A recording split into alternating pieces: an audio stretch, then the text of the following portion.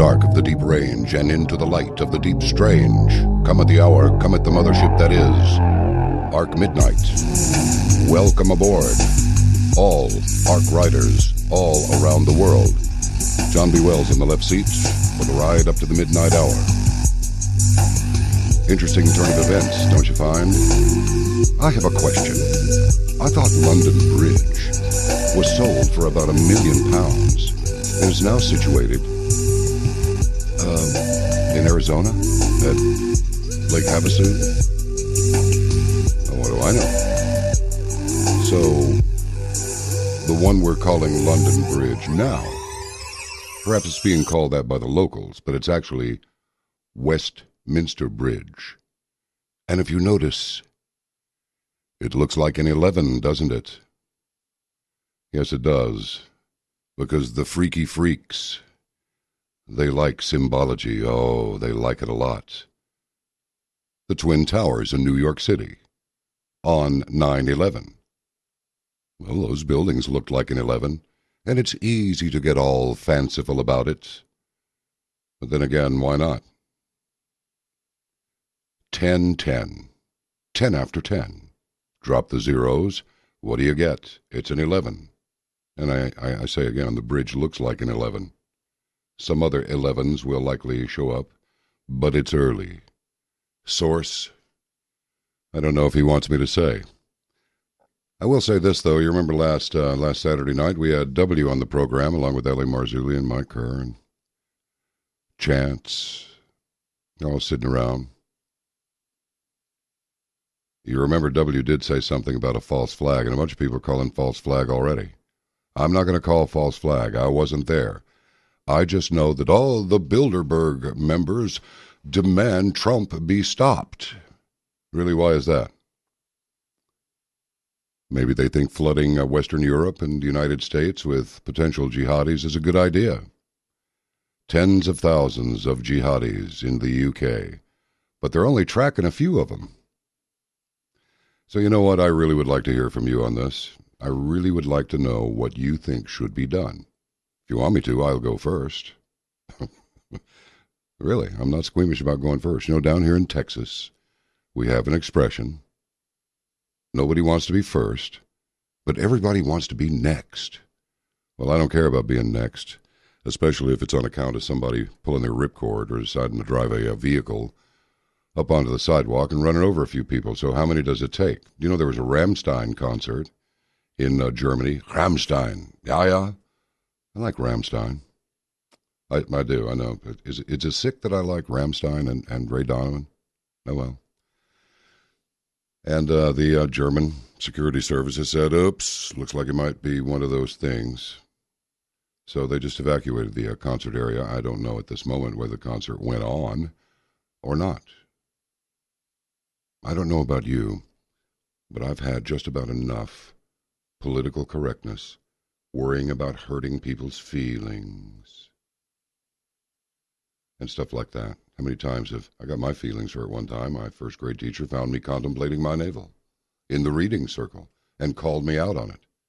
And you know, even as a little kid, it bothered me for a couple of nights going to sleep. I just thought, oh, I'm so embarrassed. Well, 2 points here. Number one, she was boring. Number two, I was already reading on a highly advanced level. 12th grade, high school senior in first grade. So there is that. But in the end, I decided, in my kiddie way and in my kiddie mind, you know what, to hell with it. I'm a little kid. If I want to look at my belly button in the reading circle, I bloody well can, and she can just, you know.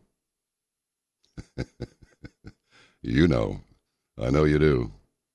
Tuesday through Friday, I'm privileged to host Caravan to Midnight, which can be found at caravantomidnight.com. I want you to visit it while you listen to this episode of the ever-loving and potentially almighty, at least in this part of the universe, Ark Midnight. What do G. Edward Griffin, Lord Christopher Monckton of Brenchley, Ty Bollinger, Patrick Wood, James Corbett, and John B. Wells have in common? All of these, plus a whole lot more, are going to be speaking at the upcoming Red Pill Expo, June 23rd and 24th in Bozeman, Montana, sponsored by the legendary author and producer G. Edward Griffin. You are invited to attend, hear some great messages, meet the speakers and like-minded people, and have some fun in the big sky of Montana. Go to caravantomidnight.com for full details. It's not a programming glitch, nor some science you don't understand. It's Ark Midnight with John B. Wells. Oh, yeah. Yes, it is. And I'll tell you what, I look forward to every Saturday night when I can be with you on the terrestrial airwaves. It's a blast. It really is. Speaking of blasts, this is terrible. And, I don't want to agitate people who are trying to live their lives, and sort of like... Do what the kitty cat did when it was confronted by one of those little dragon lizard, little baby kimono dragon, I think, Komodo, whatever it is, little dragon looking thing. I mean, this thing, he walks past it and he catches it out of the corner of his eye and he just flips out straight up and then starts running on his side, just rolling and tumbling and blip, winds up right in front of the thing like, I just had a horrible vision. And he looks at it and he goes, and his little right paw comes up and pushes away twice. You can see this. It's sort of like, I can't believe it. It's real. Well, I don't want people to do that. But I have to ask you a question while we have our time together. Have you had enough of this yet? I mean, how much of this nonsense are we going to put up with before some people get thrown out? Now, in the meantime, they want to throw out a duly elected president. There is no Russian hacking. There was no Russian hacking. And I want to tell you something. I want to put this little bug in your ear. It's not a ladybug. Those things will bite you. I didn't know that, but they will. Seth Rich. I want you to remember the name Seth Rich. If you are a member of Caravan to Midnight, then you heard the interview with George Webb. And several other people have come on. Unbelievable. Liz Crokin came on. She writes for WND. I mean, she is all over this Seth Rich thing. And George, too. Seth Rich, 27 years old, shot in the back, left on the sidewalk. The medics come, take him to hospital. And then I read that thing that the doctor who said he was on duty that night, I said it not too tough to figure out who's writing this, but I have to say something. Was it real? Was it not? I don't know why anybody would post something like that. Why would they do that? Just to generate confusion? Well, the confusion's already generated. And in the meantime, while the Bilderbergers they demand that Trump be stopped. Vlad Putin's over there going, I can certainly see why President Trump would leave the Paris Climate Agreement. It's stupid. It's completely stupid. Isn't it amazing?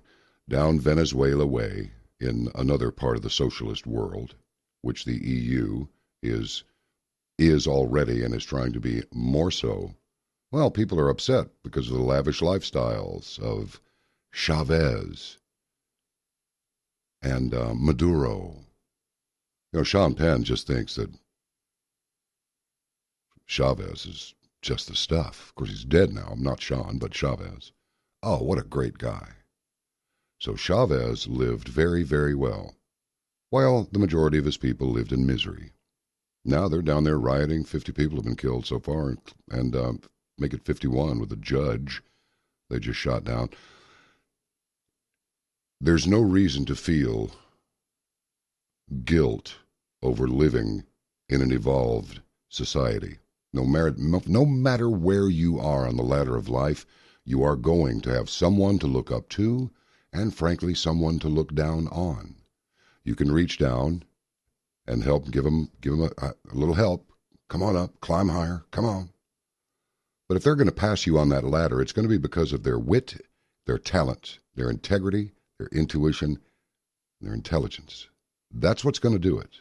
If you want to dumb down the whole world to accommodate those who have just not climbed very high on that ladder, all you're going to do is put yourself and the children and grandchildren that come behind you into abject misery because you have a guilty conscience. I heard a story one time, somebody very near and dear to me. I said, why'd you go to sea? Well, it's not a C. What is it? It's a D. Really? You? Why? Well, my friend, go on, I'm listening. Well, my friend was having trouble, and I knew that she was going to have a bad grade, so you threw the test so that you would not hurt your friend's feelings by making a good grade. Did it ever occur to you that you might inspire your friend who could only make a D to actually make a C or B or perhaps, Lord willing, an A? But instead, you decided to put yourself at a disadvantage, deliberately do poorly on the test so that your friend's feelings wouldn't be hurt. What a valuable story. That is precisely what a big percentage of the population is doing right now. They are so guilty of having amounted to something that they're willing to put themselves into, are they really though, put themselves into deprivation so that other people don't feel so bad. That doesn't make any sense. And of course this happened in kiddie school, elementary school. And so what does that say about the mentality of the people now, who are so-called adults and behaving more childishly than any child I've ever seen? This is very crazy. It really is. There's no reason for the United States to put itself at a disadvantage so that we can accommodate the desires of people who are running things in Europe. Macron, the little boy, Macron, he is only 39. I'm not going to criticize choices. He's married to this gal that's considerably older, but hey, he's the French PM, right? Macron. And you got Justin Trudeau up there to the north. Greetings, you across the northern border of the United States, your southern border, up in the Great White North, the Canadians. People are listening all over the world. And I'm happy for that. You have to be careful when you're speaking to people who are all over the world because, well, much like it is here in the United States, this country is so big. People growing up in New York and people growing up in L.A., for example, just to use a handy example, well, you might as well have grown up in a different country, and in some ways you have, which is why we have the Constitution. It's why we have the law, which is why I think it would behoove us to do something. I personally think we should do it right now. Anybody have any idea what I'm thinking? Let's do it right now. If you're driving, do not close your eyes. I'll tell you what we're going to do. I'll give you time to get situated. We're going to take a break in 9 or 10 minutes. And when we come out of that break, and I come back to the mic, we're going to do something together. We're going to send a message. We're going to send a message in the form of a prayer. Everybody, if you have good intentions, if you understand that you exist, then you can pray. And we're going to do it together. Because if all of us are in agreement, all of us, just for a minute, it won't hurt you. It won't hurt you at all. No pain whatsoever. There may be, I don't know, a couple of million people listening right now across the globe.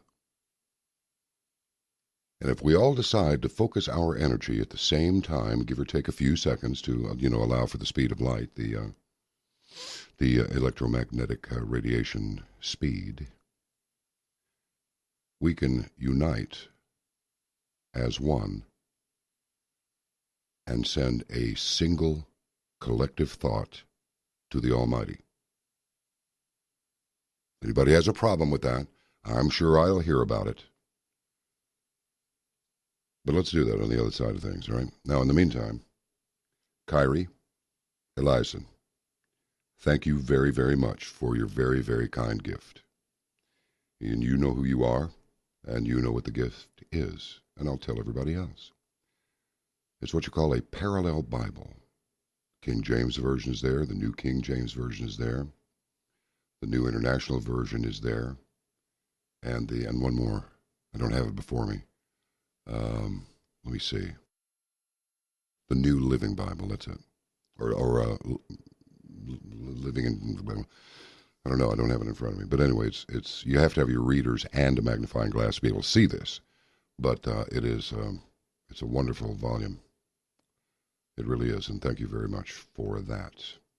Now let me see here. I wanted to tell you about some things that are coming up. Yes. In a few minutes, we're going to speak with Joseph Meyer. Speak to him all the time. We're only going to speak with him for a few minutes. Then after that, Stan Deyo is going to come on after just past the top of the next hour. And, as you may know, Stan is, he's been predicting with uncanny accuracy earthquake activity for a long time, but he's ever so much more. Lived in Australia for many years.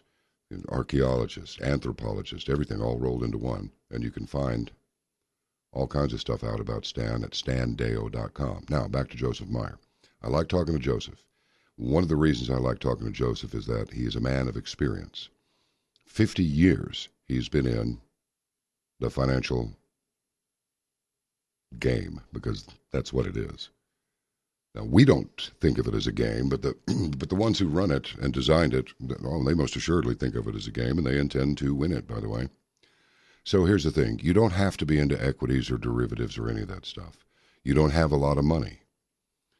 The value of what Joseph brings to the table can be found in things like what I'm going to suggest now.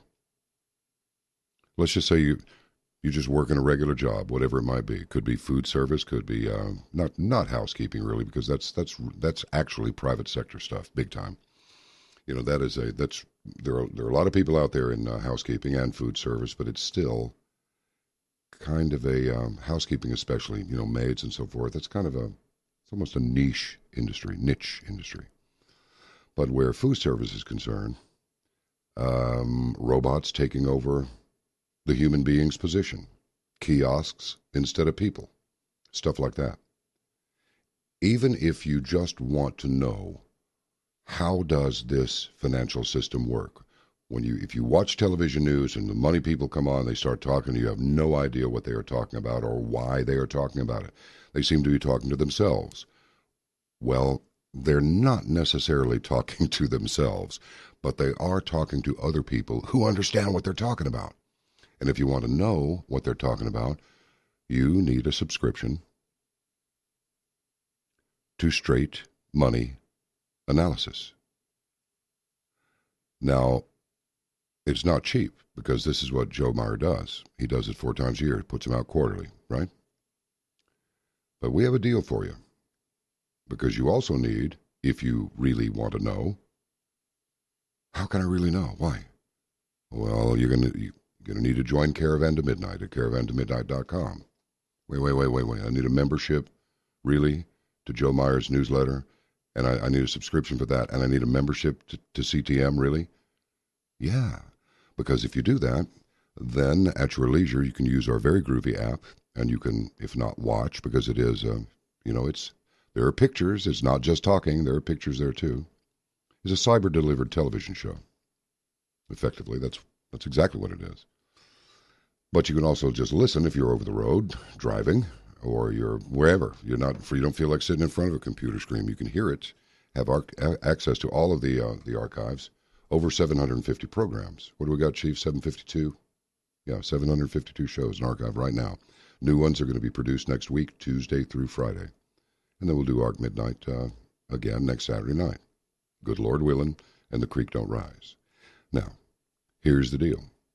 How about a 12-month Caravan to Midnight membership worth $60, plus 6 months of Straight Money Analysis, a subscription? You'll get the March newsletter, you get the June newsletter, and you get the September newsletter. Now, just that's worth $149.95. I'm not talking about the CTM membership. That's $60 for a year, for 752 programs right now. Okay? That's excluding what we do on Ark Midnight.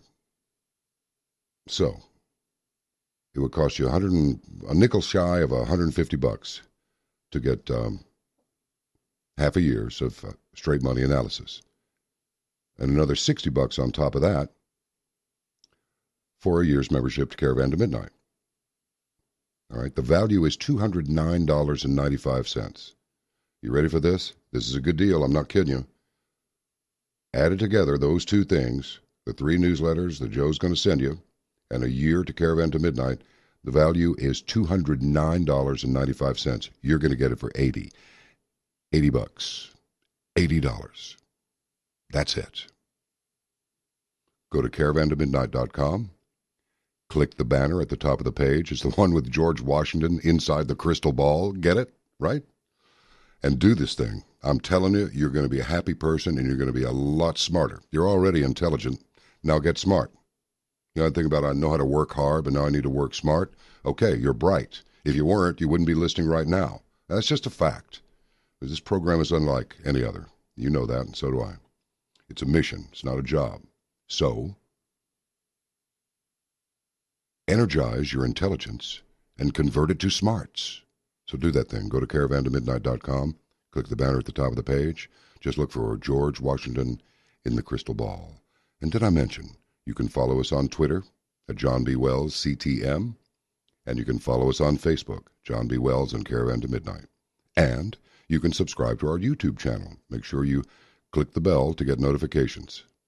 Search for the Ark Midnight Archive on YouTube. All episodes are loaded onto YouTube the next day. Much love, my brothers and sisters. We're going to take a break, and we're going to come back with Joseph Meyer. Stand by. But before we bring him on, maybe I'll do it while he's on. We'll just see. Let's just freelance a little, shall we? They have managed to scrub most of this article. I don't see the one that I saw before, but I remember it. And this is another episode of George Soros criticizing Hungary's Viktor Orban. Now you may go, Hungary, really? Wait a second. This is important. Mr. Soros decided the deception and corruption of the mafia state that the Orban regime has established.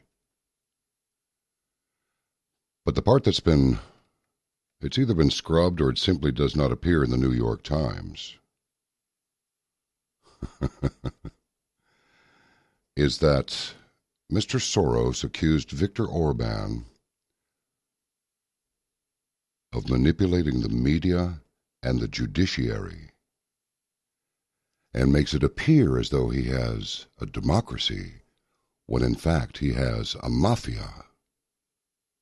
But you know what? Now I'm looking at Reuters, and I don't see that quote there either.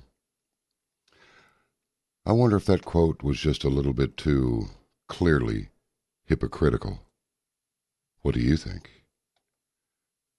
This is absolutely amazing. Let's try one more. Let's try, if we can, let's try Bloomberg.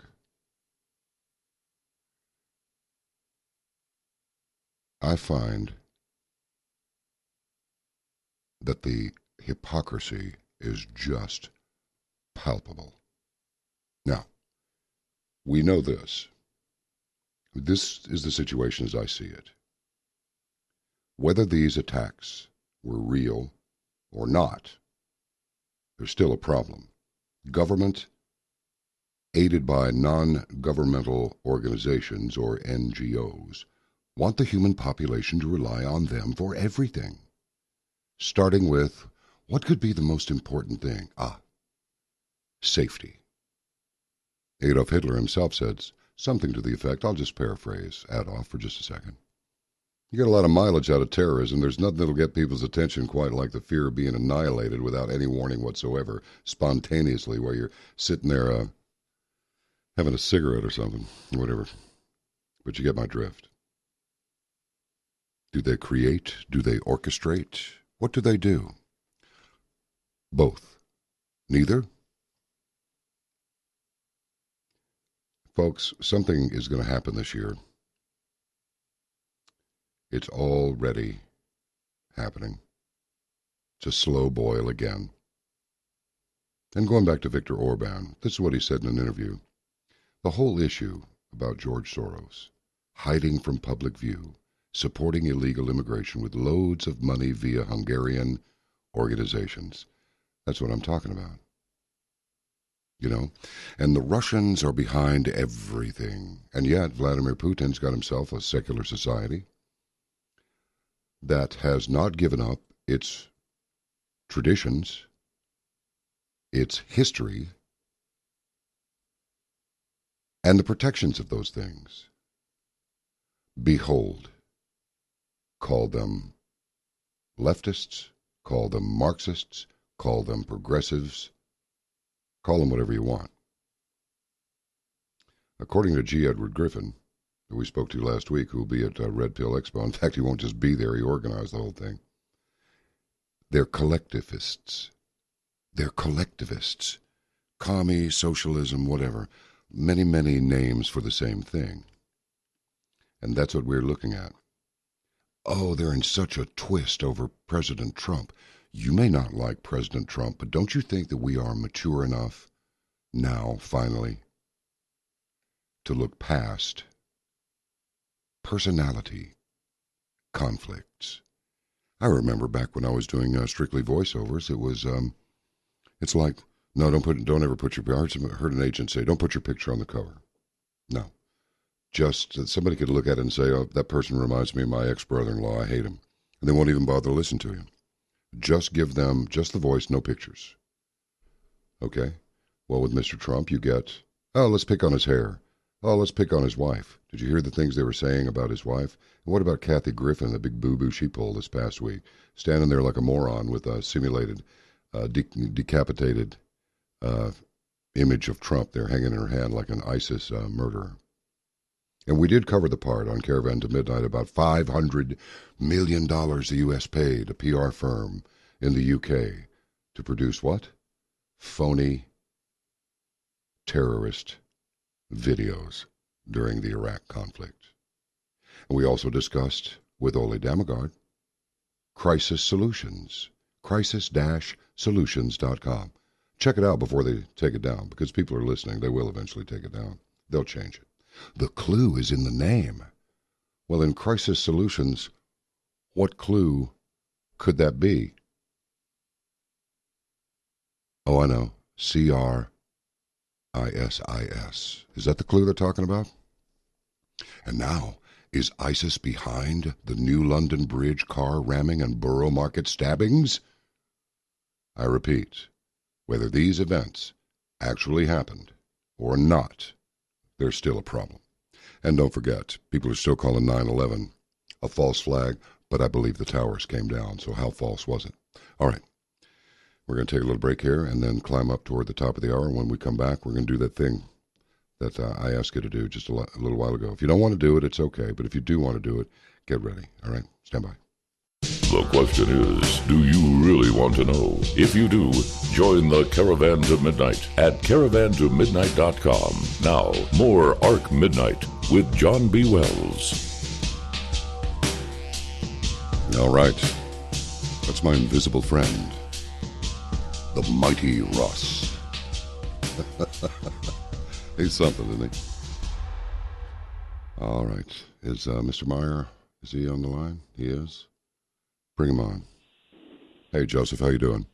Good evening, John. Thank you and Ark Midnight for having me. It's a pleasure once again to visit with you and your listening audience. Thank you so much, John. Oh, you're welcome. Look, I don't mean to pull you into my jackpot here, but if you want to step back from the phone for a minute, it's okay. But otherwise, I'm going to lead a prayer right now all over the world. For anybody who wants to participate, it will only take a few seconds. It won't hurt, I promise. I mean, unless really people are just so cynical they just can't stand it, in which case I don't want you to hurt yourself. But if you can, let's just all consider this. Here we go. Heavenly Father, the world seems to be collapsing all around us. Families struggle to keep their homes, feed their children. Floods, tornadoes, earthquakes ravage our land, and widespread immorality in every form seems to have taken over. Government and business leaders have chosen to walk in the ways of darkness. Wars and fighting are tearing countries apart. Innocents are being slaughtered. Crime and violence dominate so many towns and cities. Fear and trepidation grip our hearts. We don't know where to turn. except to you. We have fallen from your grace. We have drifted so far from your protection.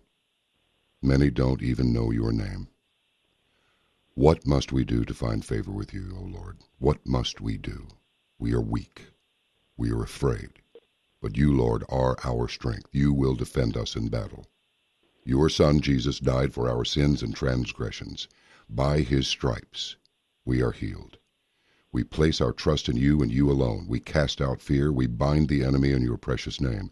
We seek your face, and we turn away from our sins. We are not afraid, for you have said, if my people which are called by my name shall humble themselves and pray, and seek my face, and turn from their wicked ways, then I will hear from heaven, and I will forgive their sin, and I will heal their land. 2 Chronicles 7:14.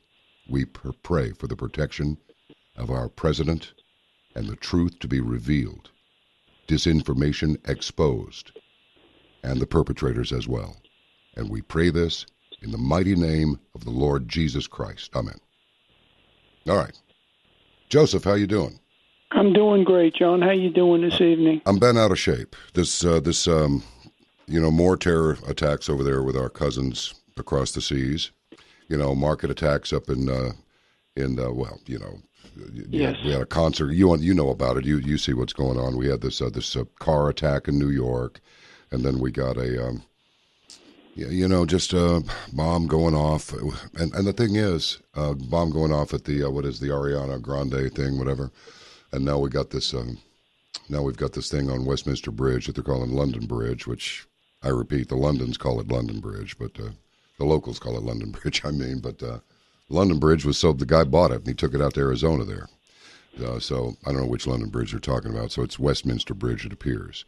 And there's all this talk we do on the shows about about satanic rituals and spirit cooking and all these freaks and this Bohemian Grove and dancing around the fire, and who knows if they're doing new jigs or not. I don't know, and I don't want to know. I've just heard too much, too many times, for too long, for me to think that it's all just a bunch of made up stuff. So you walked right into the middle of it. I don't think we had any idea we were going to have look, it's a terror attack again tonight for us and today for them, I guess. So anyway, here we are. But I told everybody about what we're going to do to enlighten people where the machinery of money is concerned. And I know you've been doing this. You revealed it the other day on the show. You had before. You said decades, and you named a decade. But when you think that you've been doing this for 50 years.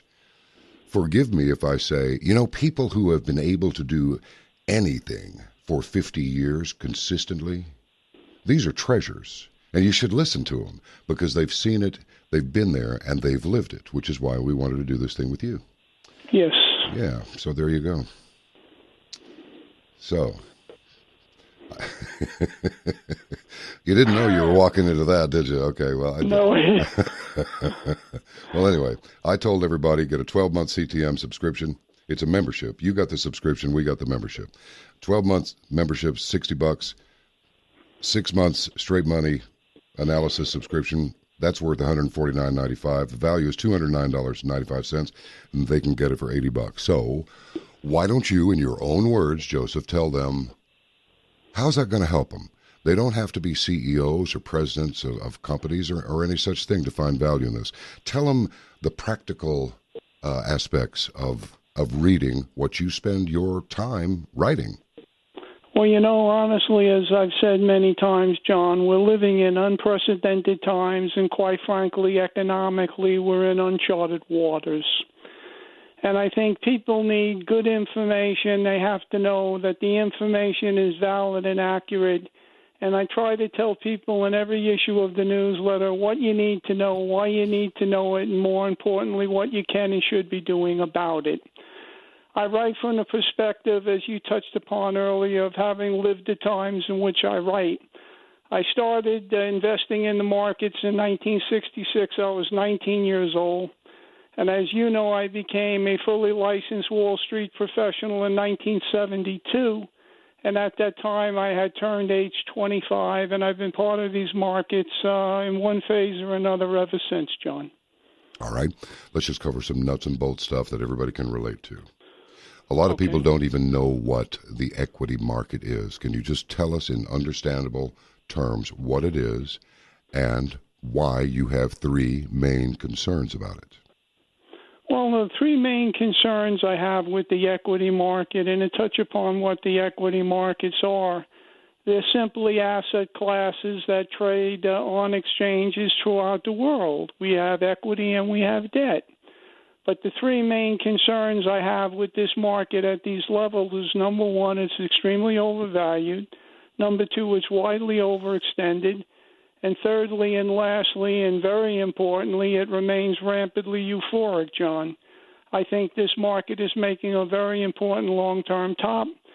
And I think once the top is complete, we're going to start a very severe and massive bear market that could last a couple of years. That's my main concern, John. So what's the average length of previous bull markets or when you're going strong, and bear markets or when times are not so good? So what's the average? If we go back and we look at the average length of a bull market and we go back all the way to 1900, they've lasted a period on average about 4.9 years. As you know, this bull market started in March 2009. 6470 in the Dow, 670 in the S&P 500, and roughly about 1,300 in NASDAQ. We now have the Dow over 21,000. We have the S&P over 2,400, and we have NASDAQ currently trading a little over 6,000. But typically, bear markets last one-third to one-half as long as the previous bull market. This bull market, as I said, was 8 years old in March and is continuing to drive the higher prices. And I think when it's over and done and we start the bear market, this bear market could last far longer than most people expect. And I think the average is, if this is the kind of bear market I'm envisioning, could be cut in half, John. All right. You know, it's been almost 20 years, but I remember like it was 2 weeks ago. But around 1998, 1999, I remember doing some stuff, believe it or not, for WCBS, News Radio 88 in New York City. It's News 880 now, I think.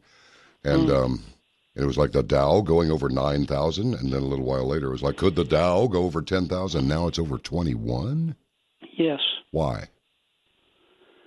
Well, because we've had a tremendous amount of money pumped into the system, a tremendous amount of money find its way into the market. And we've made history over the last couple of years with companies buying back their own shares, John. With companies buying back their own shares. Okay. All right, let's hit this one then. Gold and silver. Okay. What should we do about it? Should we buy it or should we wait? Is it going to go through the floor? Is it going to climb? What does that crystal ball say? I say gold has made a long-term bottom, although I think we're going to see volatility, and I think it could be somewhat frightening. But if we look at super cycle commodity bull markets, this is only the sixth time in 200 years that we've had a super cycle commodity bull of this magnitude. The other prior five, where you had the War of 1812, the Civil War, World War I, World War II, Korea, the Cold War, and now the sixth time in history, the ongoing war on terror, John. That's why I think it's very special, very unique. Joe, just a couple of guys talking here. There's big money in the war on terror, I take it. Absolutely. So is that causing a false sense of economic security? Absolutely. So if we were able to win the war on terror, if all of a sudden we called an armistice and said, okay, no more war on terror, what would that do to the markets if suddenly terrorism just evaporated? We can't find ISIS. They're gone. Well, I think it would take a lot of fluff out of this market, although I think it won't take much to start this market down. You know, people say to me, what could bring on the collapse that you envision and you think is going to take place? Well, I think we could get a banking crisis coming out of Europe. The European banking index now is back to the levels we had seen in 2009. You got sovereign debt problems surfacing once again out of Greece, Portugal, Spain, or Italy. The EU might want to leave. The EU could see Britain as the first of other nations to leave the UE, but I think there's certainly going to be others to follow. Major terrorist attacks either in Europe or in the U.S. We saw another one earlier this evening. Countries continuing to go with negative interest rates. I think, namely, we could see Canada, Norway, Israel, Czech Republic, Great Britain follow. And we have negative interest rate countries, as you know, currently Japan, Denmark, Sweden, Switzerland. So this is, again, as I said earlier, an unprecedented time. We're in uncharted waters, John. Where we go from here, who knows? But I don't think it's going to be good. Joe, are we already inflating here because housing prices are extremely high? And yes, stuff, they are. Big ticket items. I mean, the cars are just routinely, every once in a while you come across one that was 100,000 or more. But these are a lot of stuff that you would think, what? Like 60 grand for a Dodge, so to speak, that sort of thing. Is it me, or is the price of everything increasing? Well, the price of everything is increasing, and unfortunately, I believe it's going to continue to do that. When you have cars selling for what people used to pay for a home, it's got to tell you just how insane things have become, John. I suppose, yeah. Wages have not kept up with prices, and I think when you take a look at what people can earn in the marketplace in regards to what it'll buy, there's no way people in a family can support a household on one salary. It's impossible to support it on two. We're to the point now where you've got two people working two jobs and they still can't make it. All right, quickly. Buy, sell, or rent your home. I think you sell a home if you can get a decent price for it. I think it's still cheaper to rent. I think you can rent for half the price of owning.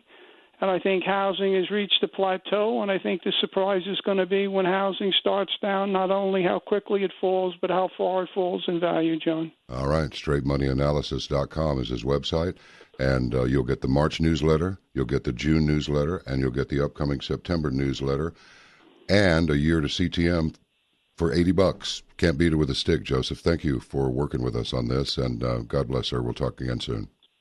Been an honor to appear with you once again. Thank you so much for your kindness. Thank you for your support. And people should take advantage of this offer, John. It's a one of a kind, and we both know that. Yes, indeed. God bless, sir. Bye-bye. Have a good night. Bye.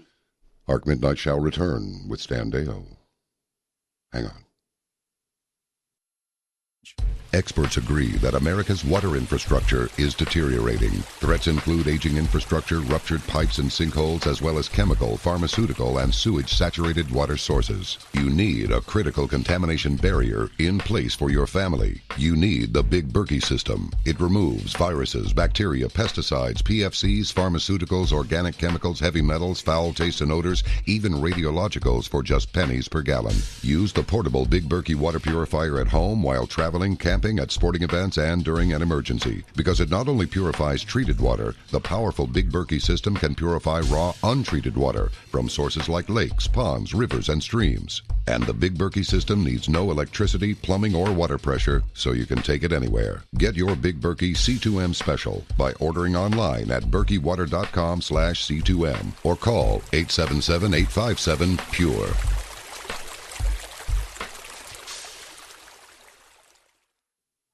Harry Belafonte on Ark Midnight. Good evening to you if you just joined the program now. We got one. It's a bunch. Okay, we got a bunch out there in the audience too. Let me tell you a little bit about Stan Deyo. His books, The Cosmic Conspiracy, The Vindicator Scrolls, The GEM Stone Papers, Part 1, Electricity. Made a bunch of videos, lots of lectures. Good Lord. Volume 1, Eden and Solomon, Eye of the Storm, Tesla documentary, UFOs Are Here, Part 1 for Australian television. UFOs, Deyo and You, Part 2, a series for Australian television as well. UFOs Are Back, Part 3, a series for Australian television.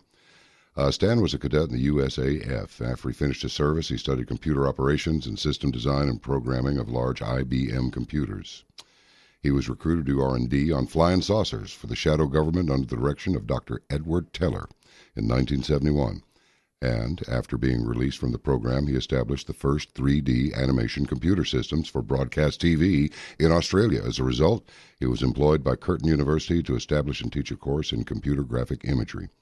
During his 30-year sojourn in Australia, he also researched advanced marine and air propulsion systems. And there's more. But we'll get to that in a minute. We'll take a little break and then get on the air with Stan Deyo. Stand by. You're listening to Ark Midnight with John B. Wells. Now, here is John B. You know, we run a lot of promos for stuff that we got going on, like the deal between Joseph Meyer and Straight Money Analysis and Caravan to Midnight. $80 deal, you know, it's good. It's a good deal to take it, as Mickey said in the movie Snatch. It's portrayed by Brad Pitt. And this Red Pill Expo is going to be it's going to be a pretty big deal. So, you know, don't just listen to it. You know, hook them up and get up to Bozeman. It's going to be a blast. You're going to like this. And the chances of this group of people, this specific group of people, being in one place at one time, to, you know, you can mingle with them, you can talk to them, listen to their lectures and everything else, plus enjoy a great little vacation weekend up in Bozeman. It's stunningly beautiful up there. They've got an international airport in Bozeman. People come there all the time from all over the world to check it out, and you should check it out too. What else are you doing? Right? Oh, I know, you got a life, but it's like, make this part of your life. You'll be glad you did. It'll give you a story you can tell for a long time. Now, I want to go on a little bit. This is really strange. While researching his book, The Vindicator Scrolls, Stan Deyo consulted with Dr. Vendel Jones. Little did I know, as a kiddie, the real Indiana Jones was living over there in Arlington. It's a big town now, but it's a little town then, situated between Fort Worth and Dallas. Now, Stan was given a map to follow in Israel to a subterranean cave that Dr. Vendel Jones had discovered and hidden from the local Arabs. Stan explored that cave and others in 1989. He also happened to stay at the Prime Minister's kibbutz while sharing ideas on advanced marine propulsion for the Israeli Defense Forces during this trip. In 2014, he was able to use new data released from the Scripps Institute in California to discover the original, wait for it, Garden of Eden in Africa. And during this investigation, he was able to find the name of the coming Antichrist of this age. Currently, Stan jointly operates the family publishing company with his wife, Holly. Hello, Holly, I know you're listening. And they live in the high desert of Colorado near the Rockies. Stan, it's been a while since we talked. How are you, sir? Good, John. You know, back in the 60s when I was listening to KLIF, I never thought I'd be a guest on the show, but I'm really honored. I never thought that I'd be able to play Gloria by them on KLIF, although I heard it a bunch of times on KLIF back in the day. It is fun. So, what you doing? I mean, you're always busy. I don't know anybody as busy, let alone busier. So, well, I'm still working on the book on Atlantis. And it's Garden of Eden. It's still quite a long project. There's a lot of detail I need to put in there, more than I can put in the video you're talking about there on YouTube. Yeah. But you know, it's hard to talk to an audience and say, look, okay, now here's the scientific proof down to the millimeter and this and that. You know, you have to kind of gloss over these things or summarize them. So I'm finding that it's going to be an interesting read for folks when they see how I've proved where it is, where both of them are. Be nice to be able to put yourself into a state of suspended animation, just let the time roll by that's necessary to allow to roll by before you can then go, okay, that's done. Now I can do this thing here. And it must be not nerve-wracking, but might put a little strain on a fellow when he has to wait to accumulate more and more results before you can arrive at an answer that you can live with. Well, you know, yes, it is. It's frustrating because, you know, when you're writing it, it opens up more rabbit holes. You think, oh, I found this. I need to put that in the book, too. But now where do I put it? You know, that kind of stuff. Because the more I look, the more I find. And I'm gaining slowly support in the scientific community of what I've been talking about, which involves changes in our view of how the universe works and how gravity works and, you know, how big our planet is and how small it used to be and all that kind of stuff. It's quite an uphill battle in the scientific community, but it is worth fighting. So the Earth is actually expanding a little bit.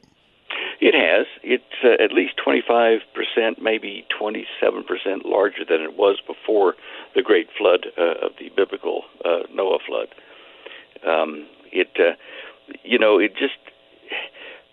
There are a lot of people in the scientific community, when you tell them, well, look, the Earth is bigger by that much, they say, oh, that's impossible, because the mass of the Earth couldn't have grown that much. And this is because they're looking at a solid Earth, you know, like solid planets and solid stars. But they aren't solid. They have shells within shells within shells in some cases. And our planet expanded and created one or more voids, like vacant shells within the Earth between the surface and the core. And that's why we keep the same mass. same amount of dirt and rock and stuff was just expanded, kind of like a loaf of bread when you cook it with more yeast. It's still a loaf of bread at 1 pound, but it's foamier. And so, once you can clear their blockage to think like, out of the box, then you get down to proving things and showing them the errors they have in their assumptions, their basic scientific assumptions about the Earth. I mean, using these things which are real and true. I mean, I've convinced myself many times over as a scientist of what I'm telling you is correct about the Earth's change in diameter. I found that gravity back before the flood was about 1.5 to maybe 1.6 times greater than it is now. That's why the dinosaurs had to have such big muscles and bodies to move around in it. All that mass was compressed down in a volume that was smaller than the volume we have for the planet now. So anyway, I'm on my soapbox again, John, but it opens up solutions to so many ancient mysteries and scientific mysteries that are current to just revise the way they look at gravity and the creation of gravity and the whole workings of the universe. Well, it's not much of a stretch, really, when you look at a cross-section of the Earth. Even going back to, my kiddyhood days when I was in elementary school, you have, it's like you say, it's like an onion, or layer upon layer upon layer. And so I take it that as we hurtle through space, we're picking up space dust. And some of that stuff out there must be deposited upon the surface. I don't know how equally deposited it is, but, is that true or not? Oh, yeah, definitely true. But the amount of it is nowhere near, like 0.1% or so of the alleged increase in mass that we'd have to get to where we are this size now. Space dust does come in. There are tons and tons of it every year that hit the planet, but that's not much when you spread it over the surface area of the Earth. So what is actually? I don't want to dwell on this any longer than you do, but I find this fascinating, as Mr. Spock would say. Raise your eyebrow. I did. Okay. And my ears are getting pointed. And wow, look at these bangs. These are really hot. I like them.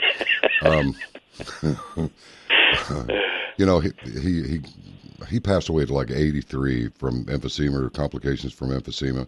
So can we picture Mr. Spock smoking a cigarette? There's a visual for you, a space cigarette, sort of like Eighth Man. No, I don't think so. Not Spock. He was perfect, Yeah, absolutely. Well, highly illogical that you should smoke, Doc. Let me ask you this: You're killing yourself, yeah. Go on. Sorry. Well, he only made it to 83, and then you got other people that are out there doing, ketamine and everything else, and checking out, and they're not even 50. So, I'd say you had a pretty good run. But do what you want, whatever. What accounts for the Earth increasing in size? Well, I've been developing another paper, part 2 of the Gemstone papers about gravity and the cause of it. And gravity is not a one-directional force.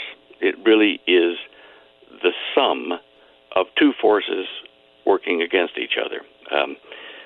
If you can imagine like a whirlpool in a pond spinning round and round, or in a glass of water, spin that and get a little vortex in it, what happens is you have forces that are moving the water out away from the center of the spin. And in the case of the glass of water, they hit the glass and bend back into the center of the glass. And that force coming back into the center does meet with the force going out toward the glass. And when the two meet, they meet head on. If you take a piece of, pepper or sand or something and drop it into that spinning glass, spinning water in the glass, if you drop it out close to the edge, it will move in toward the center a bit. If you drop it in closer to the center, it'll move back out toward the edge of the glass. It's because it's going, in the mathematical terms, it's going where the vector sum of the two forces meet and neutralize each other. Yep. And on the surface of the Earth, we're not where the two streams, these spiraling streams of space, the fluid of space, the ether space they used to call it, where these two spinning out and spinning in forces meet, it will be zero gravity. And that's down beneath the surface of the Earth, but not at the core. And there may be more than one such layer over time as the planet ages. But all planets, all stars, all galaxies, as they age, do expand. there are exceptions. I grant you that. Certain odd situations with black holes and that kind of stuff. But in the main, a star will age, and as it does, its spin will slow and its diameter will increase until it throws off a shell and becomes a red giant or whatever stage it's in. Mars, the moon, several moons that have been photographed, all show signs of expansion at some time in their development. Now, as the planets reach a certain point, they cool, and their expansion is locked. And then they will be broken up by collisions or thrown off of their star as it ages as well. This is the natural order of things as the spin that created the planet, gathered all the dust and particles together, is that spin gradually is absorbed into the medium of space around us, and things die. Even the Bible speaks of the entire universe going to be changed, destroyed in a rushing, all-consuming fire. The whole universe will be destroyed by this, but a new universe and a new earth, new heavens will replace it. It's like parallel universe theory in the book of the Revelation. So I'm not talking out of school here. This is the way it was written, and I understand it, and certainly that's what's happening. The earth, if you look inside of it, will have upside-down mountains underneath mountains. There will be pointy spikes going down toward the core as we cool.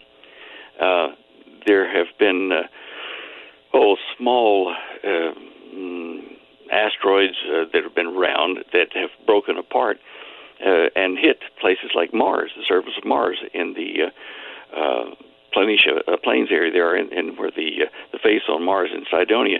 You'll see the inside of these round balls has been exposed as they broke onto the surface of Mars and left what looked like pyramids. And really all they are is crystals that grew inside of the object that was out there before it hit Mars. And it left these giant pyramid-looking crystals inside the surface of that object. It hit, it broke apart, and it rolled them out, and that's what we see as the alleged pyramids and the pyramid city near the face on Cydonia. But it's not really. It's just part of the natural aging and winding down of the universe. So you're not buying that those pyramids were built at Cydonia? No, not at all. Okay. In fact, look, if you look at the detailed imagery of the face on Mars, you can actually measure the slope of the dirt at the bottom of the face, chunk, and it slopes up at an angle on all sides of the face.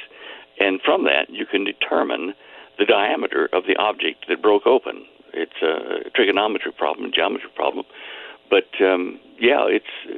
it's definitely the inside of something, like an orange. Take an orange, Say you take an orange and you cut it in half, and then you split it open. You take the half and you put your fingers behind it and you push it, invert it.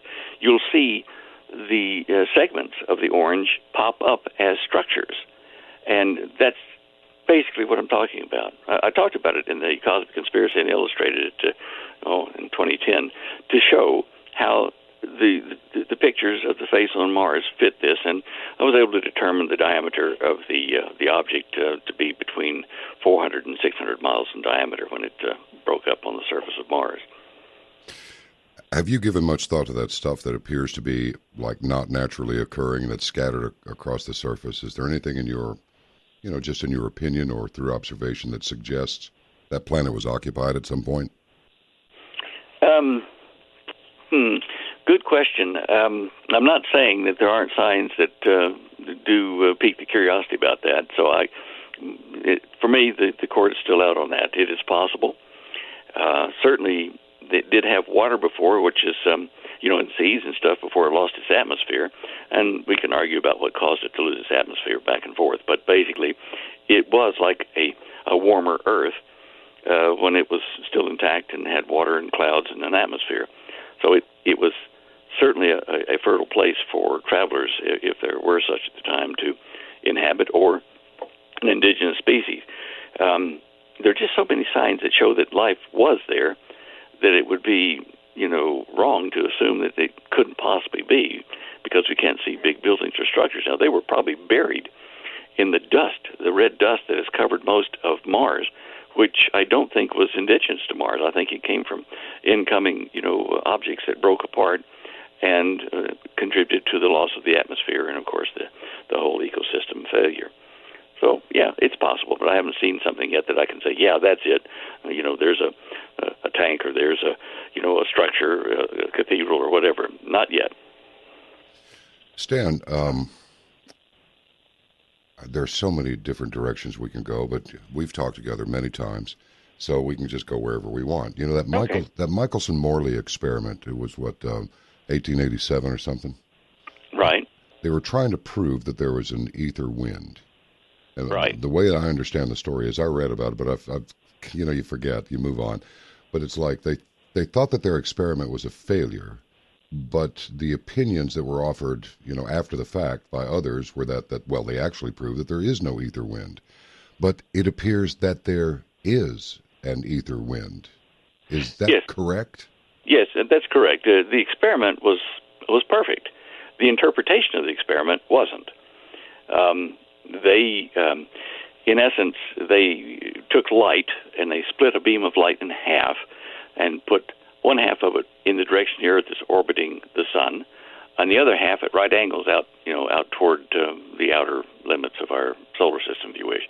And then they had mirrors, but here on the Earth, they had mirrors that collected those two beams, brought them back together, and they assumed that if the ether space was there, and if we were moving through the ether space, that one beam would arrive back at their little focus mirror there before the other one, in several millionths of a second or whatever, but there would be enough that they could tell that one beam was slowed down by Earth traveling through this ether space.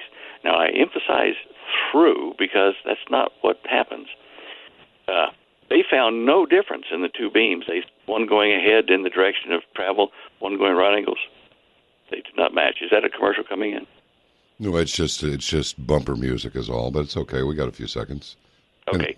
Anyway, we can probably pick that up on the other side if you wish, because I'm going to use what's called a teacup analogy to show why that experiment did work, and that there were other ways to prove, which they did, that we're traveling through space. All right. Space. The teacup analogy. Right. I like it already. We'll be back with Stan Deyo in just a couple of minutes. This is Ark Midnight. I am John B. Wells. Delighted to be in with you tonight. Please, stand by. Oh, yeah. Well, I can't wait for Saturday night either. That's Herman Brood and his Wild Romance. He was a much-loved Dutch guy. Passed away in his early 50s some years ago, and I'll tell you, the whole country over there grieved for him. Yeah, I like getting to the Saturday night part, right? But it's like it just takes a minute to get there, It just takes a minute to get there. All right, I just want to remind you one more time to give us a follow on Twitter. It's very interesting who pops up on the old Twitter page. You can do that at John B. Wells, CTM, JOHN, B as in Bravo, WELLS, and then CTM, Charlie Tango Mike. And you can follow us on Facebook, John B. Wells and Caravan to Midnight, and subscribe to our YouTube channel. Make sure you click the bell to get notifications. And then we'll be posting this program up on YouTube tomorrow. And so when you get around to it, search for the Ark Midnight Archive on YouTube. All the episodes are loaded on YouTube the next day. So there you go. Now, I'm looking forward to getting through this one last little break before we get to the top of the upcoming hour. I want to hear about the teacup analogy. This is going to be very interesting. Hang on for a little bit. The latest wave of knockoff gravity filter systems utilize black elements that mimic the appearance of black Berkey elements, but these elements are less powerful. They deteriorate when filtering high levels of chemicals such as chlorine, and they produce water at an agonizingly slow rate. One element even arrives wet in a bag because if it dries out, it stops working. If you own a slow flow system, we have good news. You can upgrade to the power of black Berkey purification elements. That's because they're interchangeable with most slow flow gravity systems. These powerful purification elements filter water 8 times faster than slow flow elements. This means that by replacing 4 slow flow elements with only 2 black Berkey elements, you save a bunch and your system will produce about 4 times more water. Stop the aggravation and upgrade your system with fast flow black Berkey elements, the most powerful gravity-fed purification elements available. Get your black Berkey C2M special by ordering online at berkeywater.com/C2M or call 877-857-PURE. An arc of rational thought traveling through the void of vacuous content and opinion. Ark Midnight with John B. Wells. Once again, here is John B. As we go through the evening with Stan Deyo, he did get a map that led to this underground chamber. And he has had information revealed to him regarding the Antichrist. I want to catch up with him on that and bring it to your attention. We've got a good bit of the program left, and we're going to cover a lot of ground here. So, Stan, I'll tell you what, why don't we pick up right where we left off and just kind of back up a little bit and then head into the teacup analogy. All right. Well, what we were talking about before the break was that there was, whether there was ether space or not, in the universe, Earth and the sun and everything, were we traveling through this very fine structure, this fluid of space? And they disproved this, they think, back in the 1887 in the Michelson-Morley experiment, because what they did was they figured out a way to split a light beam in half here on the Earth. One half of it going in the direction the Earth is orbiting the sun and then hitting the mirror and back, bouncing back, and the other half of that beam at right angles to it, off to the right, and hitting another mirror, same distance, and reflecting back to the source so that they could look at the returning light beams, put them together with what's called an interferometer, which is a little optical device to see if either half of the split light beam came back later than the other one. And it makes little ridges in the thing you look at, and, of course, that would be able to tell you. Well, when they did this, they found out that the light beam going with the Earth around the sun in the direction, that came back at the same time as the one shot out to the right and coming back to the mirror. So they assumed, therefore, well, there's no ether space, because if there was, the light beam going off to the right would have had to travel farther because it's moving, and it would have made like a little triangle out there to the mirror and back. Anyway, that's best seen with an illustration. But the result was that there was no difference. The light beam on the right traveled further, and than the one going straight in the line of travel and back. So therefore, there is no ether space. Light magically, goes wherever it goes in space without a medium. And of course, this bothered Einstein later, because he said it's impossible that a light wave can travel from, say, the sun to the Earth without traveling through something to carry the wave. That's fair enough. But anyway, the experiment that they did, the Michelson-Morley experiment, the result, with no difference in the light beams coming back, would have said, all right, the Earth, there are three choices. The Earth is orbiting the sun, and there is no ether. Or two, the Earth is not orbiting the sun, and there is an ether, but since the Earth is not moving through the ether wind cannot be detected. And that's an interesting option. And the third one, the Earth is orbiting the sun, and so is the ether. Therefore, no ether wind could be detected in the light beams coming back and forth, in the direction of travel and at right angles to it. So the way they did the test could not prove absolutely that there was or was not an ether space. Now, in 1913, probably about 26 years later, a Frenchman, G. Sagnac, I think they say in French, did the Michelson-Morley experiment, but this time, instead of just shooting the light at a stationary mirror in the direction of travel and one at right angles, he set up about a 3-foot diameter disc spinning, and he spun the disc with a little motor, and he shot light around the rim of that disc into mirrors, the next step ahead on the rim.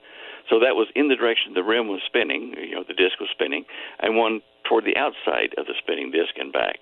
That's called the rotational version of the Michelson-Morley experiment, which is a straight line thing. Well, surprise, surprise, he got a change in the arrival times, of the one going with the spin and one going out to the side and back.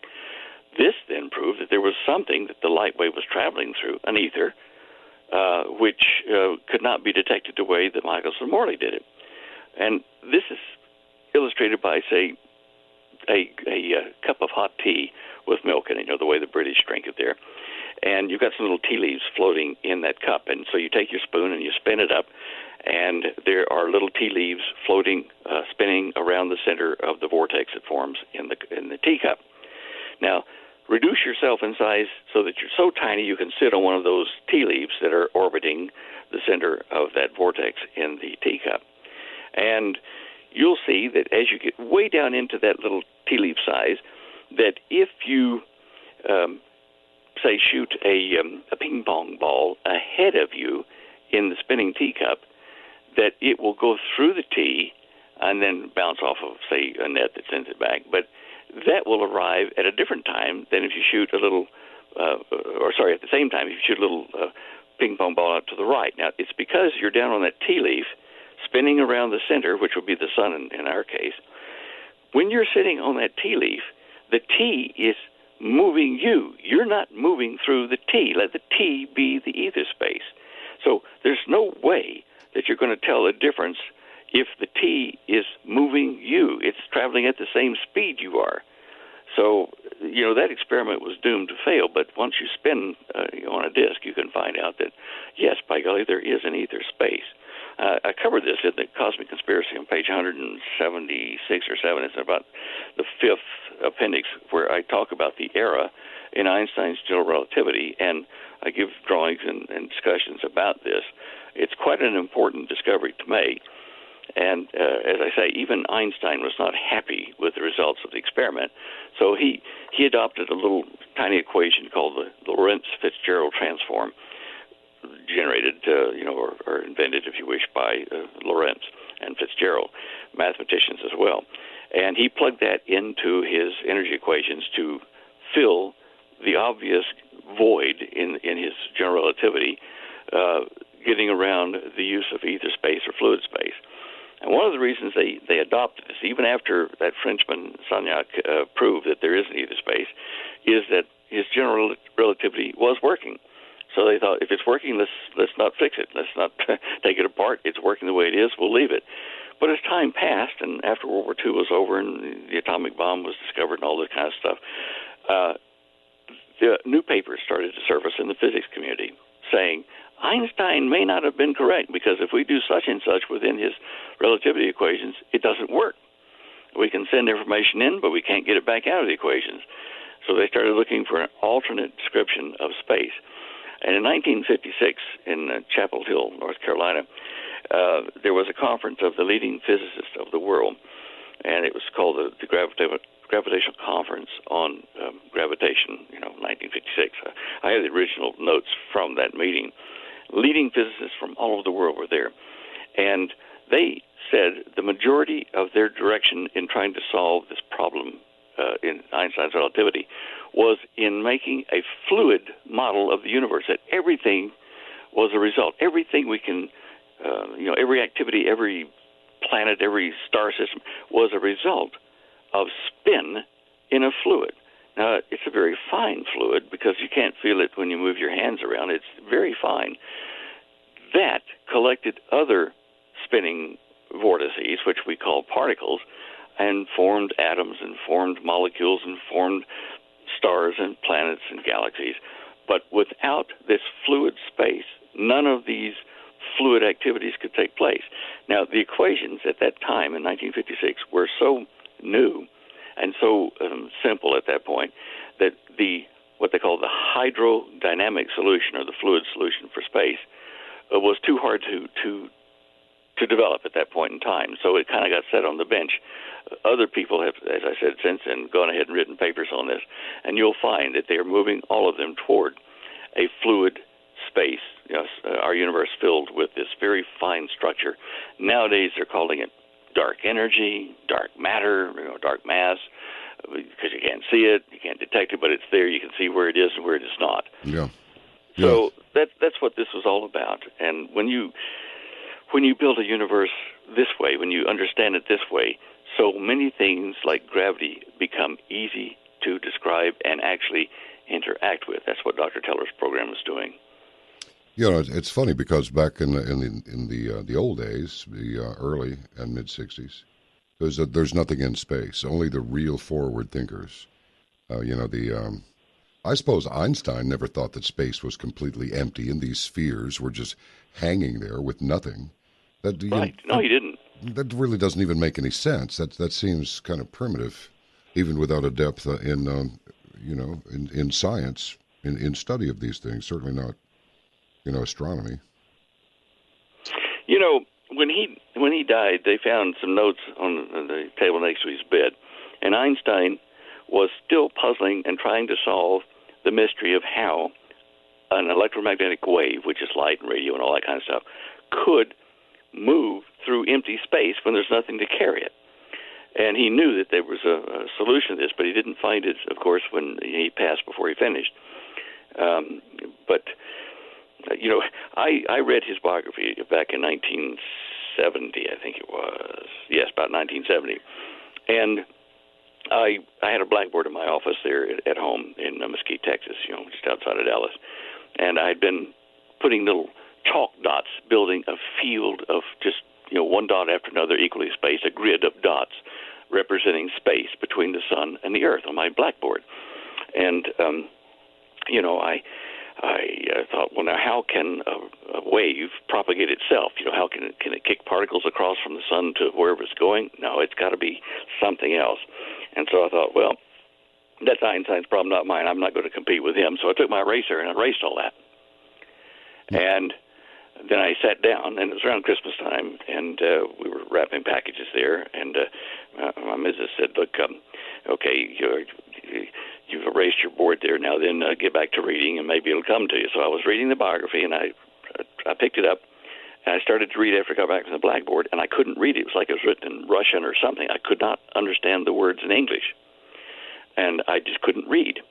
So I mentioned that, and she said, well, maybe you're still working on something and your mind is playing tricks on you. Go back up to the blackboard and finish that. So I went back up to the blackboard and put my chalk up there, and suddenly I realized I put the chalk in the middle of a picture, side view of Albert Einstein that had formed in the eraser marks. I mean, it's strange, but that's exactly what happened. I said to her, look, I want to show you something. And she says, oh, well, before you do, who's that picture of on the blackboard there? I said, you see that? She says, yeah. So for several days we had neighbors come in and out to look at the blackboard with Albert Einstein's face in the eraser marks. But I knew then that I was onto something. Somehow or another I had to stick to that and find the fluid space. And so when I went back to pick up the book and read it, I could read in English. It was fine then. And I did go on, strangely enough, over the next few weeks to have dream visions that were so real. I could see equations floating in the air and pieces of planets in space moving around in my dream visions. And in the dream visions, I saw the solution to it. And I guess that's probably why Dr. Teller's group, recruited me to join them in anti-gravity research. Say, are we going to see, what are we thinking about anti-gravity technology? Do you think we'll see it within the next, 10 years? I think you may see evidence of it. Well, you've already probably seen evidence of it if you've seen one of these fast-moving UFOs that darts around corners at 20,000 miles an hour and keeps on going. Yeah.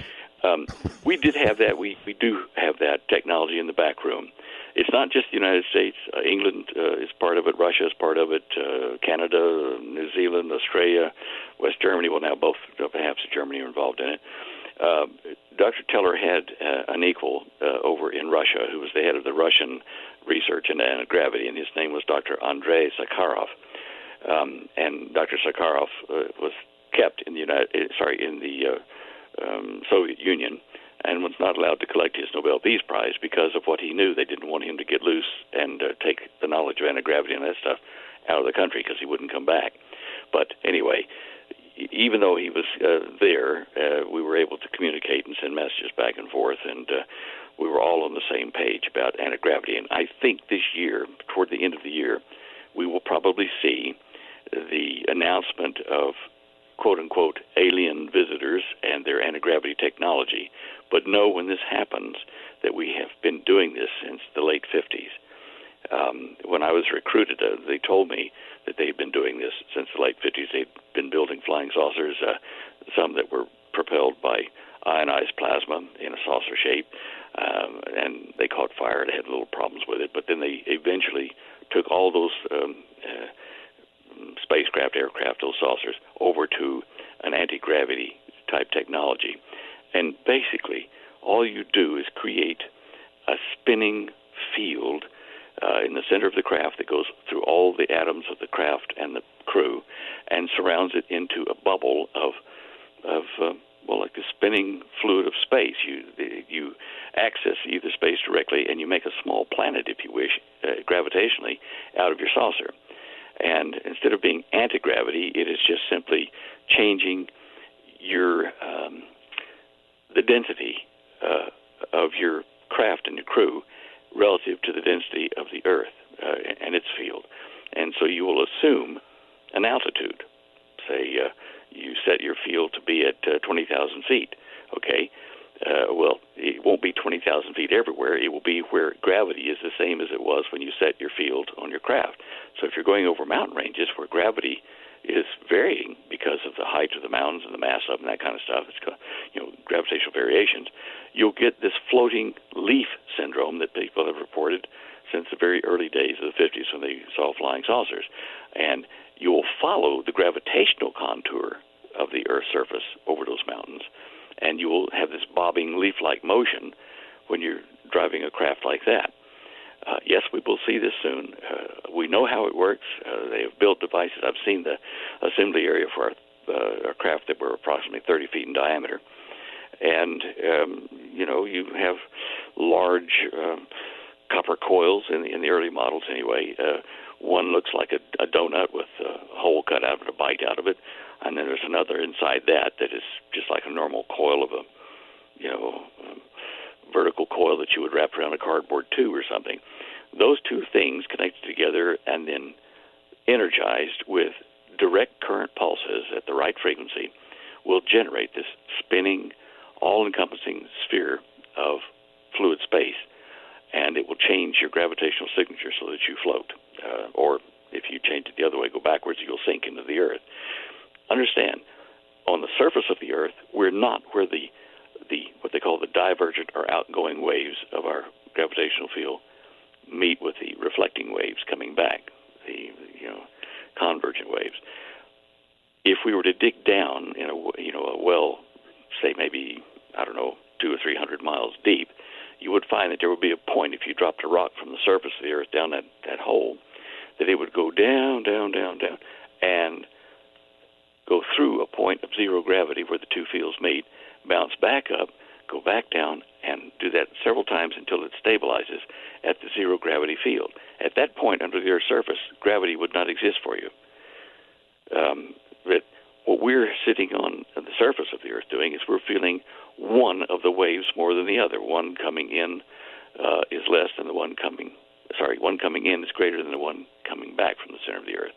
And that's why we sit and feel this force, but get used to it and call it gravity. It's not a one-directional force; it's the sum of two. And that I actually in the Cosmic Conspiracy book, I don't know what page it was on, but you can get the book and look at the index, and I cover the concept of gravity with drawings there to show you how you can, duplicate the effect of gravity with a water hose and a little trolley and a little railway track and a piece of wood stuck up with some holes drilled in it. Anyway, it will show you and let you feel gravity. And I've given lectures on this to my students at the university here or in Australia, and I said to them, pick up your coffee cup there. We allowed them to have coffee in the classroom. Pick up your full coffee cup and just let it slide through your fingers and back to the deck, to your table, and feel it. Feel the weight of that thing. Feel it pulling it out of your hands. And I was trying to get them to overcome the getting used to the gravity force and let them feel gravity for the first time. You can do it yourself. You can just pick up a glass or an object and let it slip through your fingers slowly, and you'll start to feel that tug going down towards the surface of the Earth. And it's with one half of the two waves that create this illusion. There's a whole, day or two of discussion about that and some of the neat things it does. But, it's a long answer to your question. Do I think we'll see it soon? Yes, we have it. We know about it in the back room. As far as making public, I think that will be around the time that we on the planet have a global government. Otherwise, various countries could have access to this technology and use it in warfare or to disadvantage production or whatever, and it wouldn't be fair. So I can see why it needs to be held in the back room until we have a system where we can police the use of things like this effectively. Well, it sure seems like the tech is quite capable of outpacing, like instantaneously, the maturity of the citizenry on average. Yes. It's just amazing. We're gonna break here in just about a minute, but I want to ask you something about about anti-gravity. Is it that the craft, whatever it may be, or whatever it may be built from, is it like there's a bubble around this thing where no acceleration is felt, either forward deceleration or laterally? Is that how that goes? Yes, absolutely, okay. Absolutely, because you're part of the whole field, and when that field changes direction, all your atoms change direction with it so rapidly that there's no G-forces. Stan, when we come back here after news and some other things, why don't we talk about? I want to talk about those things that you were really blessed to have revealed to you in the Vindicator, the Vindicator scrolls. Okay. And the stuff that Dr. Jones had discovered, and the Antichrist, and all this other stuff. I'm telling you, I've felt it for a long time, ever since I was a little kid. You think you know, but you don't. You think you know what you're talking about, but you don't. You think you understand, and you don't. But in the end, I'm thinking this is a battle between good and evil, as I've said all the way back to the Coast days. And now, more than ever, I believe it's a battle between light and darkness. I want to get your thoughts on it when we come back. I am John B. Wells. Our guest is Stan Deyo, and this is Ark Midnight. Delighted to be with you tonight. Hold on. We'll be back in a little bit.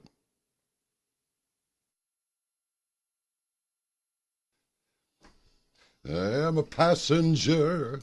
We're all passengers. Yeah, we are. Widespread greets to the Ark Riders, and thank you so much for supporting the program. I want to thank every one of you, every caravaner, wherever you are on the globe. Thank you very much for making Caravan to Midnight possible. Our Caravan to Midnight program is entirely member-supported. The Caravanners make this program right now possible. We are a family, and we take care of each other. We help each other. We nurture each other's businesses. We do business with each other, and more and more people are joining, and it's catching on big time because our membership has tripled in the last year. So we must be doing something. And I got to tell you, and I will tell you right now, I thank the Lord for it, because I had no idea I would ever do this job, and it turned into a mission. It's not a job at all. And the fact is that I love it, so I don't really work a day in my life. I look forward to it every day. So I invite you to join us. 752 programs in archive right now, plus Ark Midnight, plus we'll be producing next week. And we have somebody that we're going to bring on to the platform, but more on that later. But I'm telling you, you're going to like them a lot.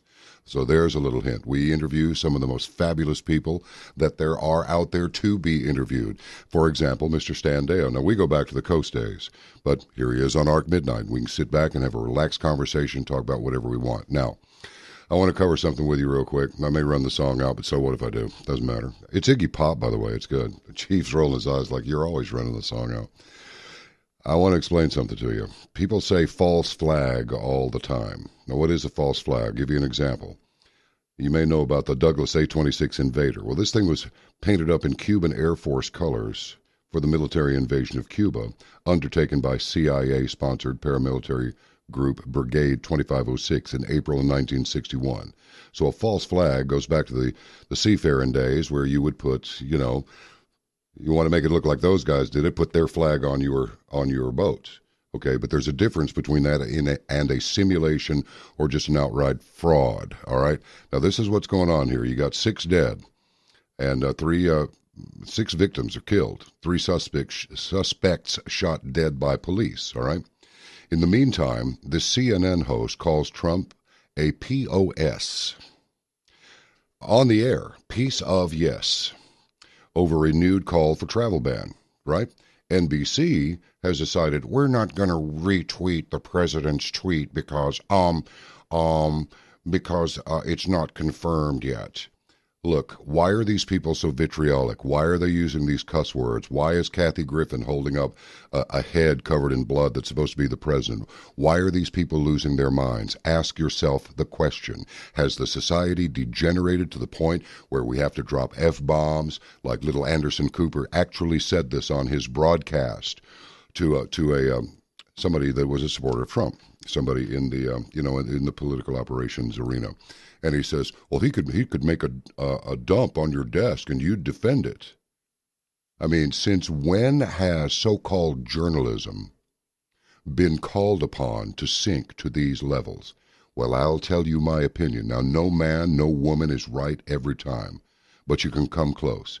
And after having been in that apparatus for 25 years, as the voiceover guy, in every office, shaking hands, salespeople, Mahogany Row where the officers sit, in the control room, down on the floor, with the producers, with the writers, with the recording guys, all over the building. It was the best job you could ever have, just be the VO guy, and you get to see it all and talk to everybody. You get to ask them questions like, say on that Waco thing, how come if it said live down there at the bottom right of the screen, how come it was edited? And watch everybody in the room go quiet.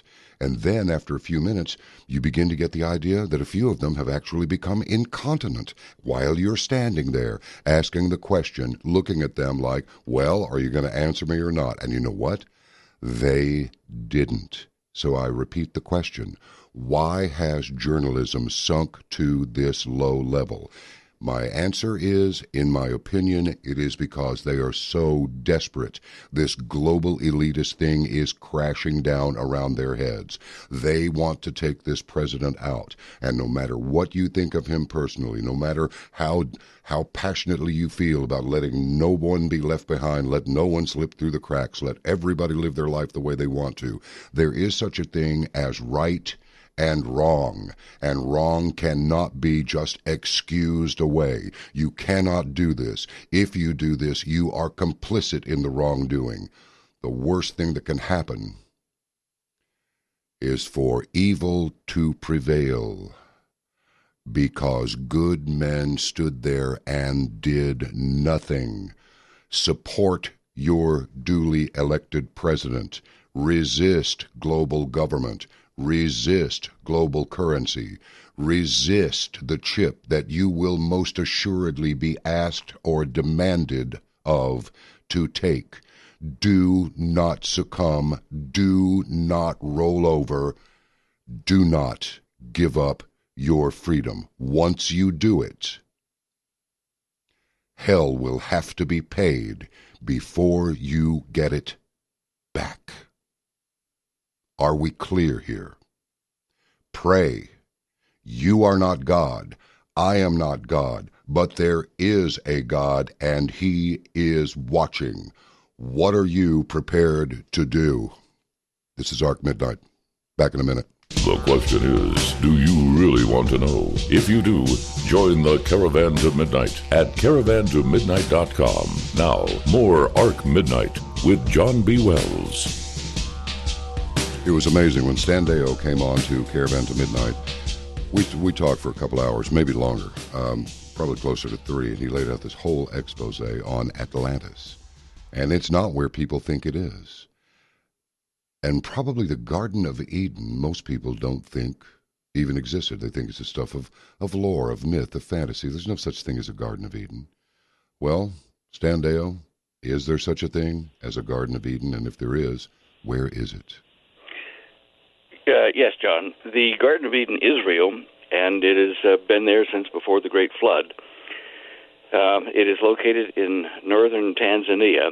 It's inside the crater called the Ngoro crater. That's Ngoro crater. It is a UNESCO protected site, and the Africans call it Africa's Garden of Eden. But in essence, it is the real Garden of Eden, and I was able to prove that by finding the 4 rivers that came out of the upper portion of that crater. It's the only one of its kind, a volcanic crater, a collapsed volcano, which still has the walls intact even now.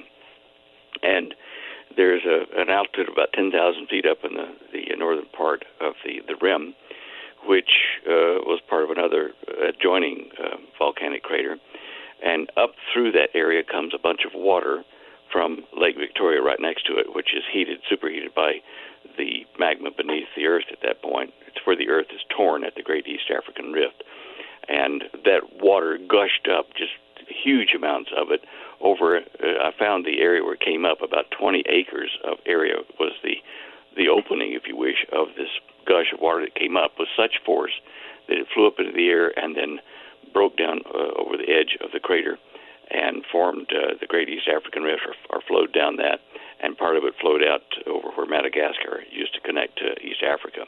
But that is the Garden of Eden, the original one, and I do discuss that in a lecture I have it's in a DVD form from what I did up in a lecture in Colorado Springs in 2014 when I discovered it. And the lecture does outline how I proved it. And again, it requires the Earth expansion theory to be brought into play. And once you see it, you'll understand that that is the Garden of Eden, and it fits all the descriptors in the Genesis account in Hebrew. One by one, I had to go to ancient Hebrew to prove it, but that is where it is and where it was. And even the local tribe of the Aborigines that live north of there now, they've moved a few miles north to allow the Maasai to come in from Kenya. But those who were there originally for several thousand years have said that God came down into the crater there, the Ngoro, and Ngoro means the big hole, came down into Ngoro, created man, and then put him out of there into the land, which is the Omo Valley, O-M-O Valley. And then God went back up into the heavens and let man develop. And that's their legend, spoken in English, of course. But there's so many neat things about that site, and the Mountain of God, they call it, right at the north end. Just so many things that fit exactly what the ancient Hebrew discusses or gives you as pointers to the location of it. It's not funny. I mean, it's just there, black and white.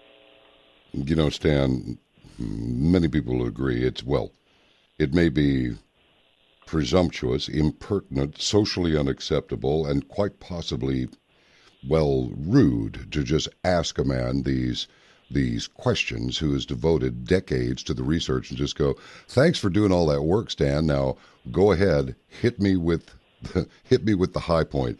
Give me the cherry for the sundae. And I can certainly understand if you were going, hey, you know what? Read my book and you'll find out. Okay. Or watch my lecture and learn something. But, we have this time together. We've got a pretty good size audience here. So let me ask you something.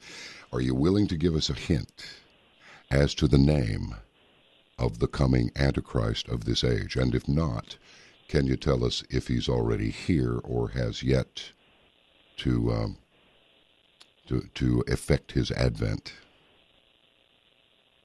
Well, he's already here, and I would say that he's in the Middle East. People that study this kind of stuff say, okay, well, you're saying there's a Middle Eastern Antichrist. They don't agree. They want a European one, that kind of stuff, maybe the Pope or something like that, or Erdogan of Turkey, and certainly I think he plays a part. But the Antichrist is he's described in a number of scriptures, but one that stands out and stood out to me was Revelation 17, and I think Revelation 13, 18. I think that's the best one.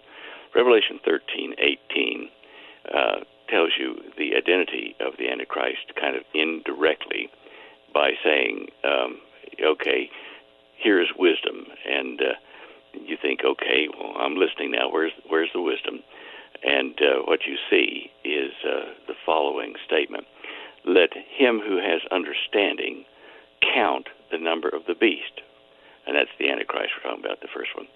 For it is the number of a man, and his number is 666. Okay, well, that's simple enough. Okay, here's some wise saying for you, and his number is 666, and everybody goes with that and starts using gematria and number sums and name sums to try to figure out what his name is. But if you look at it, realizing that this book, the last book, the book of the Revelation of John, says, now here's where you look for wisdom. If you have understanding, if you know what I'm talking about, the number of the beast is 666, and it's a man. Okay, in the Bible, it helps to decode itself. Where do you find 666 in the Bible? It's back in King Solomon, talking about the book of Kings. King Solomon earned 666 talents, a lot of gold, about 32,000 pounds or so worth of gold every year from his various enterprises. Now, Solomon is the wisest man in the Bible, in the ancient Old Testament Bible.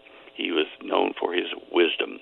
So here is wisdom. Let the guy that has understanding, or let the person that has understanding, determine the number of the beast, for it is the number of a man. That was Solomon. And he earned at 666 talents of gold, which was a big deal. Even today it would be a big deal.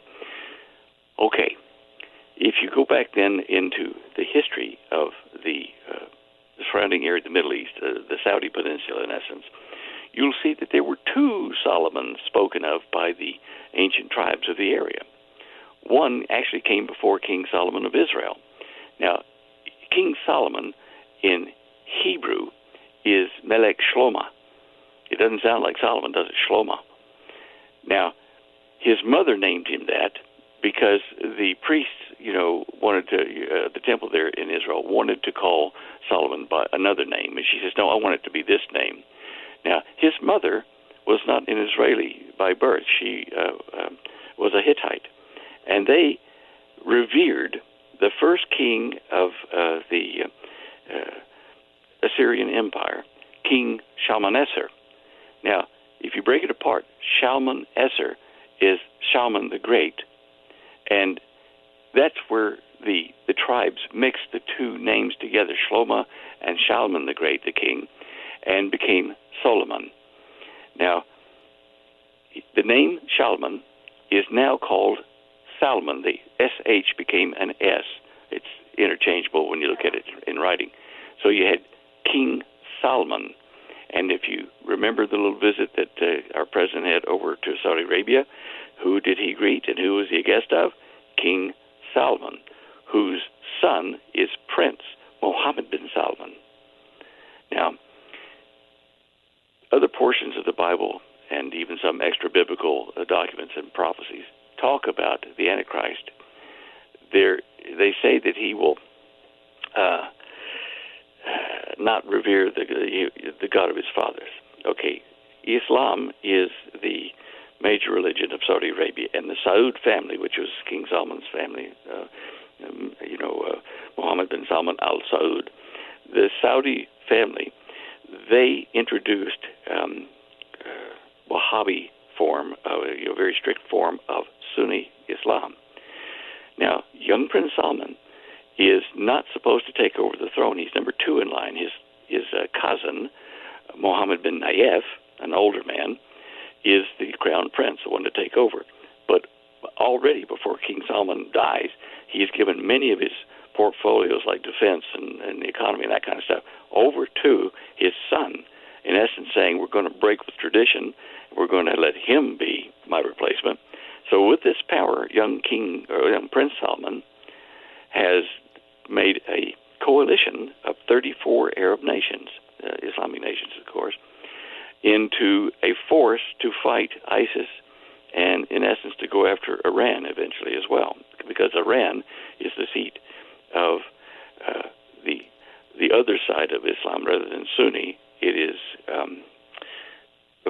my mind has gone blank, the other form, anyway, of Islam.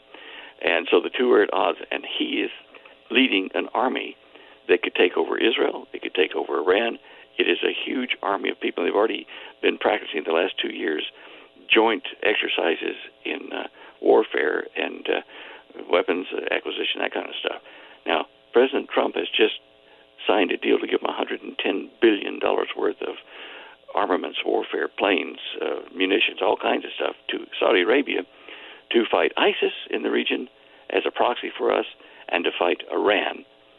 Now, if that power given to to Prince Salman, if that power is eventually turned over toward Israel, it could be a real problem. We could have been, President Trump could have given weapons to the force that is going to eventually try to take over Israel. Israel is concerned about this, but that young Prince Salman is, I think, the Antichrist, who will be wounded severely. Like he'll attack Israel, but I think he'll be destroyed, or his army will be, most of it, and he will fall back from being a leader. But what they say in Revelation is that there will be a prophet, if you wish, the second beast comes after him and says, look how great Solomon was. Let's make an image to him. Let's put it into computers and worldwide, whatever. And all the really bad stuff is done by the second beast, honoring the first one, the Solomon. the numbering and all that kind of stuff is done by what's called the false prophet, or the one who looks up to the Antichrist, who has been wounded and is taken out of the game as a major player, but is still revered by the world, being led by this second beast. And that guy is probably going to be from the old Roman Empire, and I think he will probably be from Turkey. It might be Erdogan or someone like that. He does meet the description physically of what they say the second beast will look like. So when you say the Antichrist, you have the Antichrist himself, and then you have the guy who reveres him, who follows him, and uses his power to then run the entire planet. So right now, my leading contender is young Prince Salman, and then followed up by, say, Erdogan, or I don't think the Pope would be strong enough to handle a coalition like we're talking about, but Erdogan could be. Gotcha. Yeah, Erdogan, he declared himself the leader of the entire Muslim world. And who do they revere in Turkey? Solomon. Yeah. Yeah, how about that? Well, interesting. Is it politically incorrect to say, I agree with a theologian we interviewed on Caravan to Midnight one time, a couple of years ago, who said he believed that Islam was Satan's masterpiece. And I look around the world and I go, pretty strong case couldn't be made for that. I think I agree with you. But then again, as we consider ourselves civilized people and we like to be fair and just, it's painful to paint a group with the same brush. But I mean, how many examples does it take? Right now, the Muslims have taken over a New York street. They started praying in front of the Trump Tower for Ramadan. That's from yesterday. It's just, and then this thing today. So think it over and make a decision. I think it's crunch time in the decision-making department, but maybe that's just me. I am John B. Wells. This is Ark Midnight. Our guest is Stan Deyo, and we got a little while longer. So hang around for that. We shall return. One of my favorite drummers of all time, seriously, is Mick Fleetwood.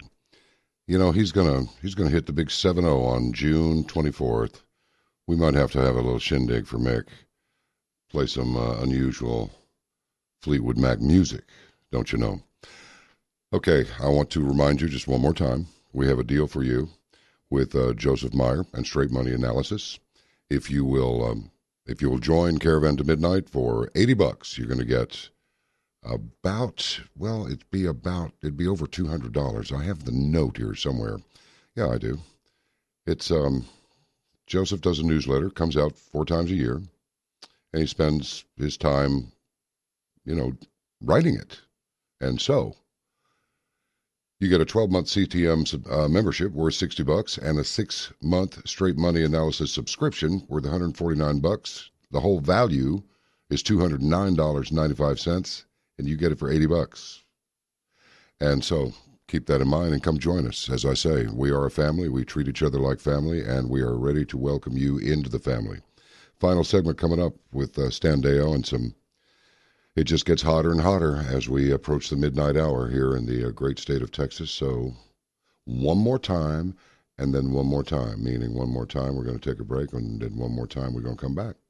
Hold on. To talk with John B. Wells, ring the Ark bell. 888-787-5543. That's 888-787-5543. This is Ark Midnight with John B. Wells. Now, here is John B. Yeah. That was on the flip side of Let It Be. No, Come Together, the single. Yeah, on the old Apple label. Unbelievable. Welcome to Slaggers. It's great stuff. Just ridiculous. I love it. Yeah, it's 888-787-5543. We've got somebody holding on the line here. We're going to get to him in a minute. But Stan, look, let me just fire the shotgun out the back door. I know I'm going to hit something. What do you make of all of these things that are happening? I understand, for example, San Diego now all of a sudden has come under increased scrutiny as a potential hotbed of little earthquakes. Okay, not little earthquakes, big ones. And you have called earthquakes well in advance of their actually happening many times with some pretty scary accuracy. So what's up with San Diego now? Well, you can look at it as well as I can on USGS. Yeah. The earthquakes are seeming to be more like higher magnitude in the West Coast, and certainly San Diego is just one of several places that they've been officially revealing is, has fault lines under it that are quite threatening and could produce, the big one or lead up to the big one. Is this old news? Is what old news? No, the fact that San Diego is kind of an earthquake target. Yes and no. It has been part of a cluster of fault lines that USGS and other seismological organizations have been looking at, and certainly, it's interesting. It's new news when they make it, like an announcement to the public that look out. I've been finding that rather strange that they are now publicly warning people, in essence, that you're living on a time bomb. Californians know they live on top of the big one someday, but it's always been kind of out there time-wise. And now then these announcements over the last, 6 months, we've been seeing different new fault lines or new threats assigned to these fault lines in California. And San Diego is just one of them, but it's close to the San Andreas that almost joins to the Imperial Fault line in Mexico across the border.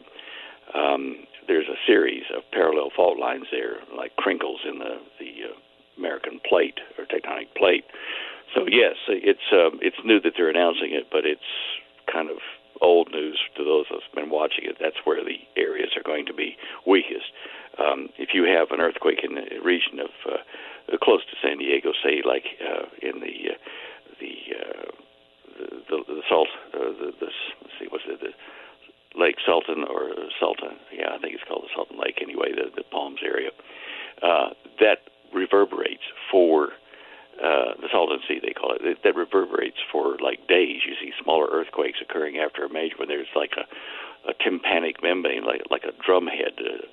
When you hit it, it keeps going for a while, and that tells us it's a weak and flexible, fragile part of the American plate there. So, yes, I think it's important to pay attention to what they're saying. I want to get back to something we kind of ended on or didn't finish before the break. Yeah, let's do it. I had a senior moment when I was trying to figure out the other side of Islam that the Iranians have. It's Shiite, so it's Sunni versus Shiite. Right. And the other thing, we were talking about the Antichrist of the Middle East. In Revelation 13, 14 through 17, people can look it up later, it talks about this second beast, saying to people, worship the first beast. He was a great guy, or he is a great guy, even though he was wounded. And it says that this second beast has the power to give life to the image of the first beast that they raise up. And it causes the image of the first beast to speak, so that as many people as would not worship this image should be killed. And later on in Revelation 24, it tells about how, 20 verse 4, it tells how they were killed. They were beheaded. Now, think about this. If we're setting up a world currency situation, a world government, and it's being run by an Islamic source, an extremist, obviously, they're already beheading people. That's the way they do business. Yeah. And so it is no stretch of the imagination to see that we're being infiltrated, invaded all over the world by these extremists who behead people and are trying to promote an extreme form of Islam. Of course, if you read the Quran, you see that the extreme form is already there in print to kill the Christians and the Jews if they don't submit. But anyway, I'm just telling you what you're witnessing and we're alluding to before the break is that it will be an Islamic world government. Now, okay, back to earthquakes. I wish I could be more accurate, these days about when the next earthquake is coming, but I have searched since 2006 when I lost access to the satellite data from the U.S. Navy over Monterey in California. I've searched for alternate sources of information to give the same kind of forecast that I did before, and I've just not found one that was reliable since then. And that's probably why they don't make it available, because they didn't want somebody scaring the public ahead of time. But they're now making announcements like that San Diego fault line that tells me that it must be very close, the big one. We've been hearing about that for a long time, and people get jaded, and they go, oh, well, whatever, and then it comes, and they go, oh, I should have listened. But yeah, it's these things they're inevitable. So California's trying to do everything on its own. It wants to, I'm sure if they had a vote, they'd probably say we want to secede from the United States. That would be a bad move. But they're acting as though they, have different privilege than the rest of us, that we owe them a living over there. And, with all of the moves they're taking to bring in illegals and just absolutely sink the boat over there with too many people and no jobs, and trying to give them stuff, amenities and health care and stuff for free that somebody has to pay for over there, it tells you that they don't have a clue about reality. Anyway, no, they don't. Might solve a lot of problems if California did break up. We got there are a lot of nice people out there, I'll tell you. And the farther you get away from from the big cities, it seems like the more normal and the nicer they get. And that's just how I see it. Yeah, that's true. You got somebody like Jerry Brown. I mean, what is that guy doing as governor anyway? He was crazy to start with. Now he's old and crazy, in my opinion. And he throws all this money at the illegal alien population. His dams are going to pieces. We've been hearing about this dam up there. I can't even call the name of it to save my life at this moment. What's the name of that dam? Yes. The Oroville Dam, yeah. Yeah, Oroville, that's right. Okay, it hasn't popped. They're working on it. Okay, that's good. People were scared to death. Sounded like it was going to happen. Somebody sent a message saying, I live right by the Oroville Dam. There's nothing wrong with it. It's like, well, there are some things wrong with it, but it hasn't failed yet. But still, he hasn't fixed it. He sent it, and his state's bankrupt. I mean, Stan, what is the problem? We got a couple of people holding. Want to ask some scientific-oriented questions to you, and we're going to get to them in a minute, so just hold your position, everybody.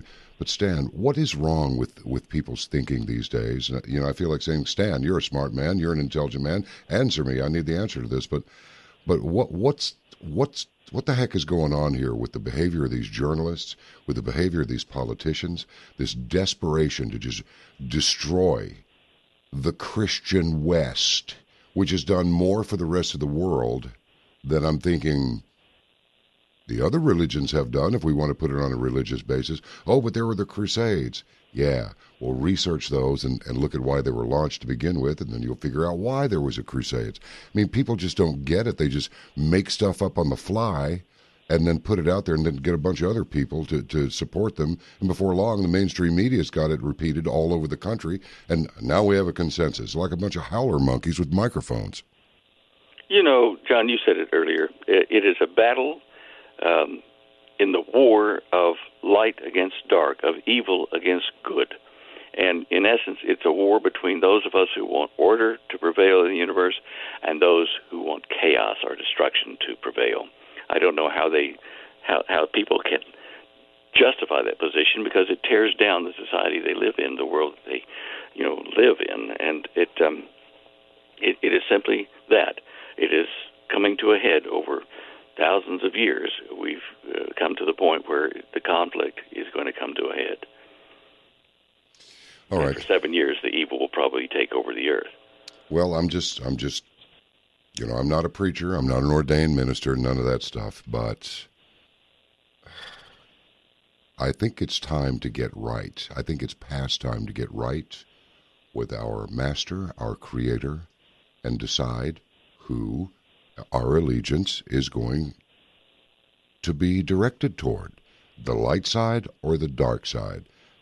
People don't understand the reason that Lord Jesus had to die is so that people would not die in a fallen state. I don't think people have any idea whatsoever what that means, to die in a fallen state. They have no idea. Oh, when I'm dead, I'm dead. Why should I worry about if I'm going to be unconscious? You're not going to be unconscious, but, I digress. But really not much. That's true. That's true. Yeah. That's why the Garden of Eden discovery was so important to me, was that it proves the correctness, the truthfulness of the Bible, the most ancient book in the Bible, the book of Genesis. If you can prove that that's correct, and then you look at the rest of the Bible and say, well, if that's correct, then maybe we can trust the rest of it. And it tells you about the need to take a side, to follow Jesus or not. Yeah. And why. And once you realize that it's a real issue, then it becomes a matter of making that decision, like you said. Yeah. Okay.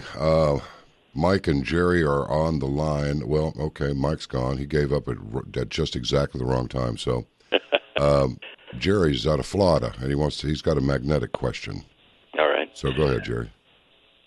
Good evening, Mr. Wells.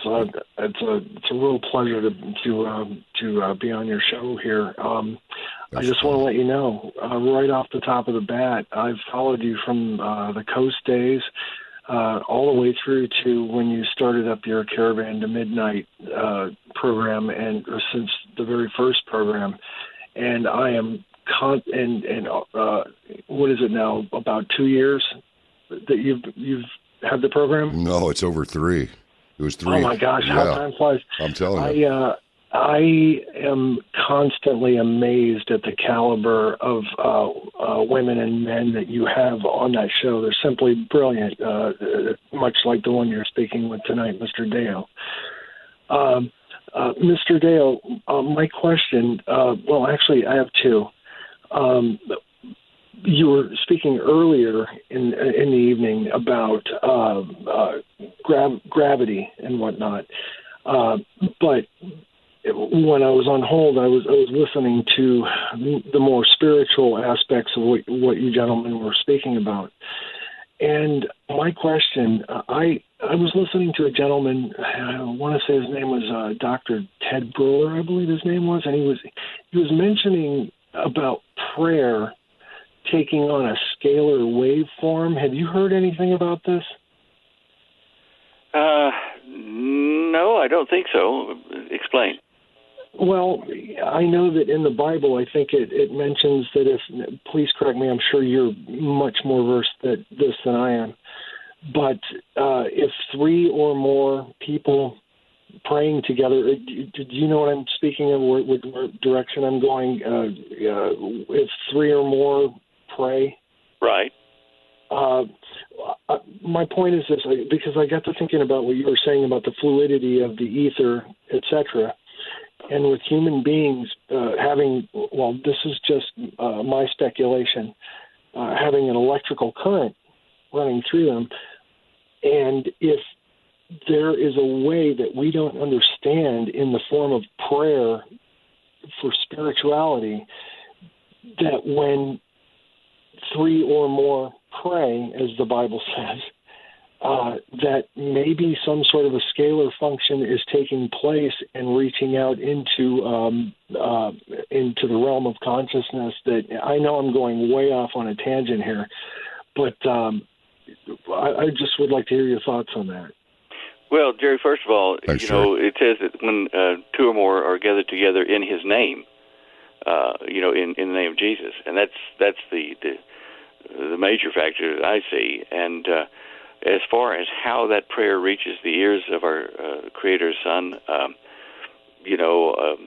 sure that we'll find out eventually the mechanics of it. But the more of us that gather together praying on a common issue, the stronger the access to us by the power that is vested in Jesus. I think that it is like opening a channel, but I don't know how to relate that to our normal physics of gravity or magnetism or whatever. It's just whatever that method is, it does work better the more of us that get together and open up that communication line on the same subject. All right.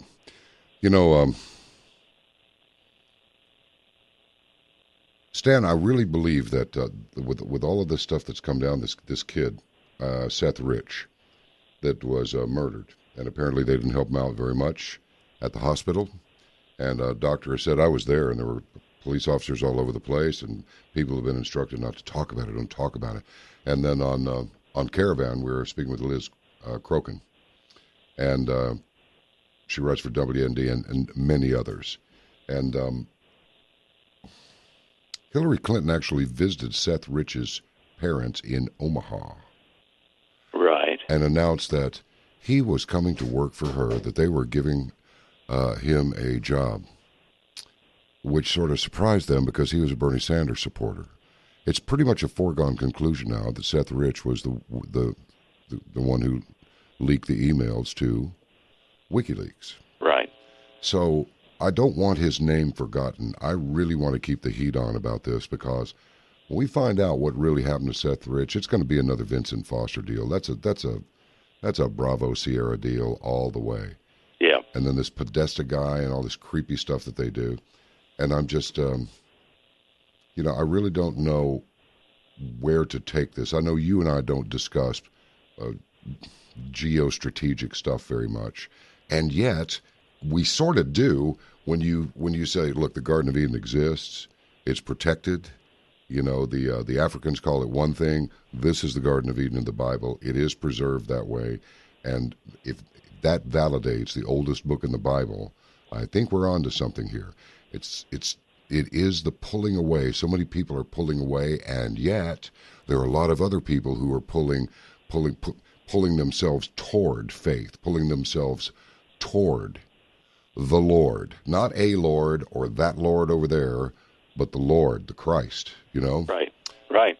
And I think we'd better do it. And people will say, well, why hasn't he come back already? And it's written in Scripture somewhere. I don't know where. Miss B knows where it is.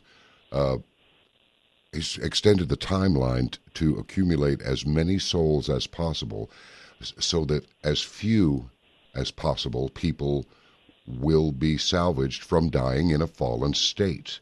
Right. Because eternity is a place where time simply does not exist. It's like that drug they came up with in England. They give you an injection of this, and and you will feel as though you have been in prison for 1,000 years. Can you imagine such a thing? This thing actually exists. Wow. It popped up on the scope for a while, and then it was promptly taken down, and nobody ever talks about it anymore. But I mean, between that, the rise of robotics, and then this hit squad, this gigantic hit squad of jihadists, I just wonder how long it's going to take for people to get their minds around the possibility that maybe it's time to just say,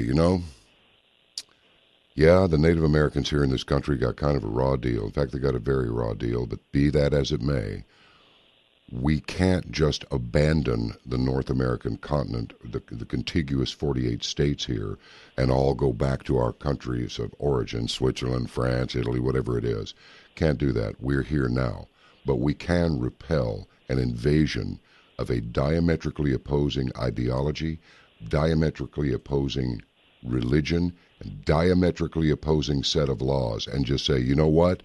Hurt feelings, inconvenience, or not, your backsides are headed back to where you came from, and you will not be coming back in this country until we know who you are, where you come from, et cetera, et cetera. Just like this bomber. He's Abedi, A-B-E-D-I. Well, his father was running a program. It's all about Libya. The Clintons know him.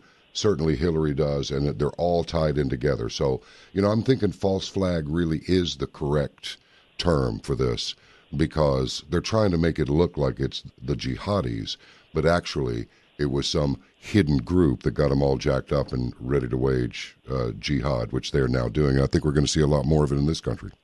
I thank you for coming on the program and letting me do a little talking at you. We always feel smarter when you come on a program, Stan. And thanks, John. We'll talk again soon. God bless you, and all the best, and God bless to Holly as well. I'll tell her. Thank you. Matthew 18:19. Truly, again, I tell you that if two of you on earth agree about anything they ask for, it will be done for them by my Father in heaven. Okay? Oh, you weren't planning on going to Sunday school.